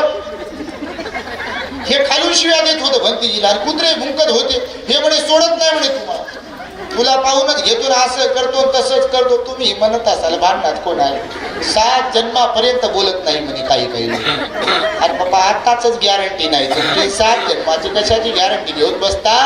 भगवान म्हणाले आपले, नाही वेरेन वेरानी संमंती कुदाचनन अवेरेनच संमंती येस धम्मो सनंतनो जाने प्रेमाने जिंकिले जगा जाने प्रेमाने जिंकिले जगास वीर असा गौतम आहे वीर असा गौतम आहे जाने प्रेमाने जिंकिले जगास आहे की नाही? प्रेमानं जिंकलं नाही भगवंताने. अंगुलीमाला कशाने जिंकलं? प्रेमानं जिंकलं. आणि म्हणून हे शिव्या देत होते शिकारी, खालून वर कुत्रे भुंकत होते. भक्तीजी बिचारी परेशान झाली. त्यांना वाटलं बा आता आपलं काही खरं नाही. संध्याकाळी होत आली. मग यानं बाण सोडला बघा खाली शिकाऱ्यानं. रागामध्ये माणूस काय करेल, क्रोधामध्ये मनुष्य काय करू शकतो याची प्रचिती तुम्हालाही कोणाला आली असेल बघा. कारण क्रोधामध्ये आई समजत नाही, क्रोधामध्ये बाप समजत नाही, भाऊ बहीण नवरा बायको कोणी समजत नाही, धर्मगुरू चांगली माणसं कोणी समजत नाही. जर द्वेष क्रोध निर्माण झाला मनामध्ये तर ते पछाडून टाकते त्याला बघा, आणि ते त्याच्यातून काहीतरी वाईट केल्याशिवाय शांत बसत नाही. तर यानं बाण सोडला खाली, खालून भंतीजीला मारण्यासाठी, आणि तो बाण भंतीजीच्या पायामध्ये रुतला लागला बघा. रक्त बंबाळ झाले आणि तडपत होते मग भंतीजी. मग तडपत होते वरच्या वरतीच. तर ते जखमेला असं पाहण्यासाठी काहीतरी वाकण्यासाठी थोडेसे वाकले आणि त्याचं अंगावरचं चिवर जे आहे का नाही ते खाली निसटून पडलं ते पडलं नेमकं त्या शिकाऱ्याच्या अंगावर पडलं. आता त्याचे कुत्रे जरी त्याचेच होते तर कुत्रे ते कुत्रेच. इथं माणसांना कळत नाही, कुत्र्याला काय ढेकळं कळेल? कुत्र्यांना वाटलं ते भंतेजी पडलं खाली, यानं कुत्र्यानं मालकाला तोडून फोडून खालं बघा, मरेपर्यंत सोडलं नाही. भगवंताच्या काळात घडलेली घटना सांगतो आणि जाता जाता यासाठी सांगितली कर्म सोडत. म्हणून त्या बाबासाहेबांनी महामानवाने आपल्यासाठी जीवाचं रान केलं की नाही. 3 मुले मुलगी पत्नी मातीमध्ये गेली तरी त्या युगंधराने परवा नाही केली परवा? थांबले का? घरातच बसले का? माझं कसं होईल, माझी बायको गेली, माझे लेकरं गेले, राजरत्न गेला, इंदू गेली, रमेश गेला, गंगाधर गेला, मी काही करत नाही समाजाचं भलं करण्यासाठी, कुठे जाऊ, माझी कमर दुखते, माझा पाय फ्रॅक्चर झाला, मला मणक्याचा त्रास आहे, मला बीपी आहे, मला डायबिटीज आहे. बसले का घरात? बसले का? शेवटपर्यंत काम केलं बघा, समाजाचा उद्धार करण्यासाठी, मेलेल्या समाजाला नवसंजीवनी देण्यासाठी, जिवंत करण्यासाठी, ताठ मानेने स्वाभिमानाने जगता यावं यासाठीची लायकी तयार करण्यासाठी आपला बाप झिजला, खपला. स्वतःला त्रास असताना त्याची आपण औलाद आहोत बघा, समजलं? म्हणून आपण जर स्वतःपुरतं जगलो, त्या जगण्याला अर्थ आहे का? बाबासाहेब तर म्हणाले असे लोक मेलेले बरे, हा शब्द वापरला. म्हणून शेवटी सांगतो तुम्हाला, कर सको तो अपनी वाणी में कुछ असर पैदा करो, रुख हवाओं का बदल दे वो हुनर पैदा करो, और तुम्हें सम्मान से जीना है अगर इस देश में, तो हर घर में एक अंबेडकर पैदा करो, एक अंबेडकर पैदा करो, एक अंबेडकर पैदा करो जो इस भारत को बुद्धमय बनाएगा. ऐसे अंबेडकर को पैदा करो. वो अंबेडकर नहीं आएंगे, घर घर में अंबेडकर पैदा करो. याने जे तुमचे मुलं आहे त्यांना बुद्ध बाबासाहेबांचा विचार शिकवा, त्यांना धम्म संस्कार द्या, त्यांना सुसंस्कारी बनवा. समाजाचा आपण देणं लागतो याची जाणीव करून त्यांना द्या. आणि स्वतः सुद्धा त्यासाठी तुम्ही कामाला लागा. इथे एक सूचना आली बघा, धम्म परिषदेमध्ये श्रामणेर बनायला कोणी तयार नाही म्हणते. हे तर खरीच गोष्ट आहे बा, पण आमच्याकडे तर एवढं ऍडमिशन होते, तुम्हाला काय सांगू, भयंकर वेटिंग लिस्ट असते. तर इथे खरंच ही तर फार दुर्दैवीच गोष्ट आहे. भिक्षू झाल्याशिवाय मी तिथे पण म्हणालो, मला वाटतं भारशंकर साहेबांना, कवानकडे साहेबाला, कोणाला तरी म्हणालो की याचा एक प्रभाव आहे बघा. तुम्ही पण विचार करा, गुरुजीला पण बोललो, याचा एक प्रभाव आहे. ही अर्हताची ध्वजा आहे. हे काय आहे? ही अर्हताची ध्वजा आहे. याच्याकडे पाहिल्यानंतर हात जोडा वाटतात, पण यातला माणूस जर व्यवस्थित असेल तर. खरं की खोटं? खरंच आहे. मी माझी पाठ थोपटून घेत नाही. आपलं तर तत्व ठरलेलं आहे बा, कारण आपण हे गोळ्या घालतो म्हणून सगळ्यालाच काय गोळ्या सहन होत नाही. त्यामुळे माझं तत्व मी ठरवून घेतलंय, कोणी वंदो अथवा निंदो, पुन्हा बोलवा अथवा बोलवू नका, पण हे गोळ्या घालणं सोडणार नाही. कारण समाजाची आज ही गरज आहे. ही नाळ आम्ही ओळखलेली आहे. कारण ध्यानाच्या ठिकाणी ध्यान शिकवावं, बरोबर आहे, परंतु जेव्हा समाज असा जमते त्या सगळ्यांना असं उद्बोधक प्रबोधनपर काहीतरी शिकवलं पाहिजे, असं आमच्या अभ्यासातून आमच्या लक्षात आलं. आणि म्हणून आम्ही असं बोलतो. तर बघा तुम्ही, श्रामणेर जास्त इथे शिबिरामध्ये झाले नाही, असं एक काय म्हणू त्याला, की त्यांची एक निराशा आहे. तर पुढल्या वेळेला मला वाटतं किमान 50, पुढच्या वर्षी घेता की काय? हा, होच म्हणतात. पुढच्या वर्षी तुमच्याच माध्यमातून कार्यक्रम घेतात, तर पुढल्या वर्षी किमान किती? मी म्हणतो मग नाही बाबा, जास्तीत जास्त तर ती आम्ही तर 50च म्हटलं बा, 100, पण सुव्यवस्थितपणे श्रामणेर शिबिर झालं पाहिजे. आणि तुमच्यातूनच तुमचे मुलं म्हणा किंवा माणसं म्हणा 50 तरी किमान तयार झाले पाहिजे की नाही? हा, हो म्हणजे बायाच हो म्हणू लागल्या, ज्यांना इकडे एंट्री नाही त्याच हो म्हणू लागल्या. पुरुषांनी हो म्हटलं पाहिजे आणि तुम्ही इकडे आलं पाहिजे. तर नक्कीच पुढच्या वर्षी गुरुजी लोक वाढतील याची आपल्याला शाश्वती आहे. आपण सर्वांनी इथे आम्हाला बोलावलं आणि ही अधिकची धम्मदेशना यासाठीच दिली की हे इकडे एक जण बसून आहे, इकडे एक जण बसून, इकडे तर 2-4 बसून आहेत. आणि यांनी अगोदरच सांगितलं की बा जास्त बोला. आणि खरंच लोक जसं आधाशासारखं खातात तसं आम्ही आधाशासारखं बोलतो, जेणेकरून जास्तीत जास्त प्रबोधन होईल. म्हणून तसं तर आपलं द ग्रेट हॅपीनेस चॅनल आहे. तुमच्यापैकी बरेच जण ऐकतही असतील, फॉलो करत असतील, सबस्क्राईब पण करत जा, एकमेकांना व्हिडिओ शेअर करत जा. वैविध्यपूर्ण विषय असतात, एकच कोणता विषय नसतो.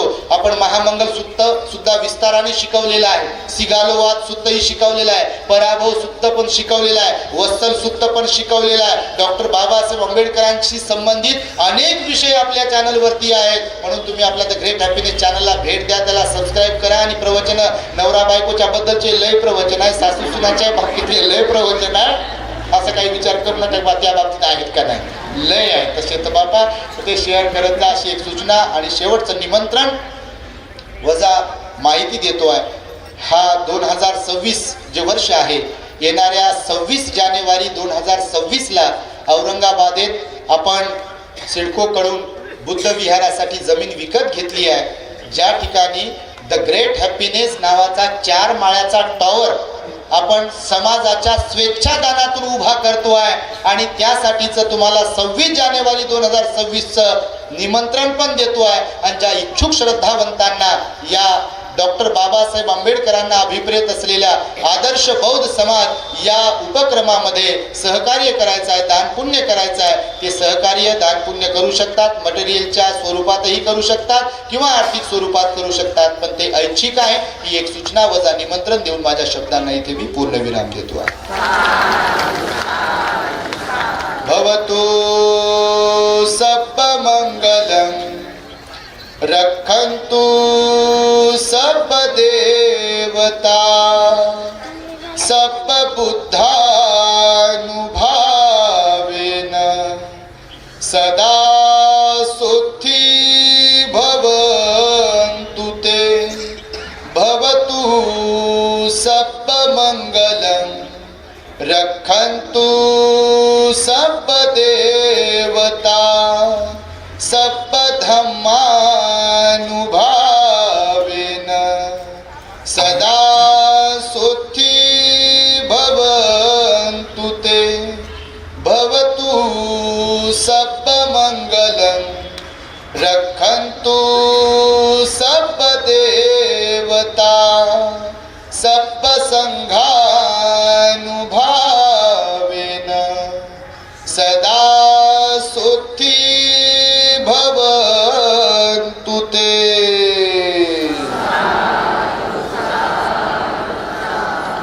बुद्धं नमामि, धम्मं नमामि, संघं नमामि.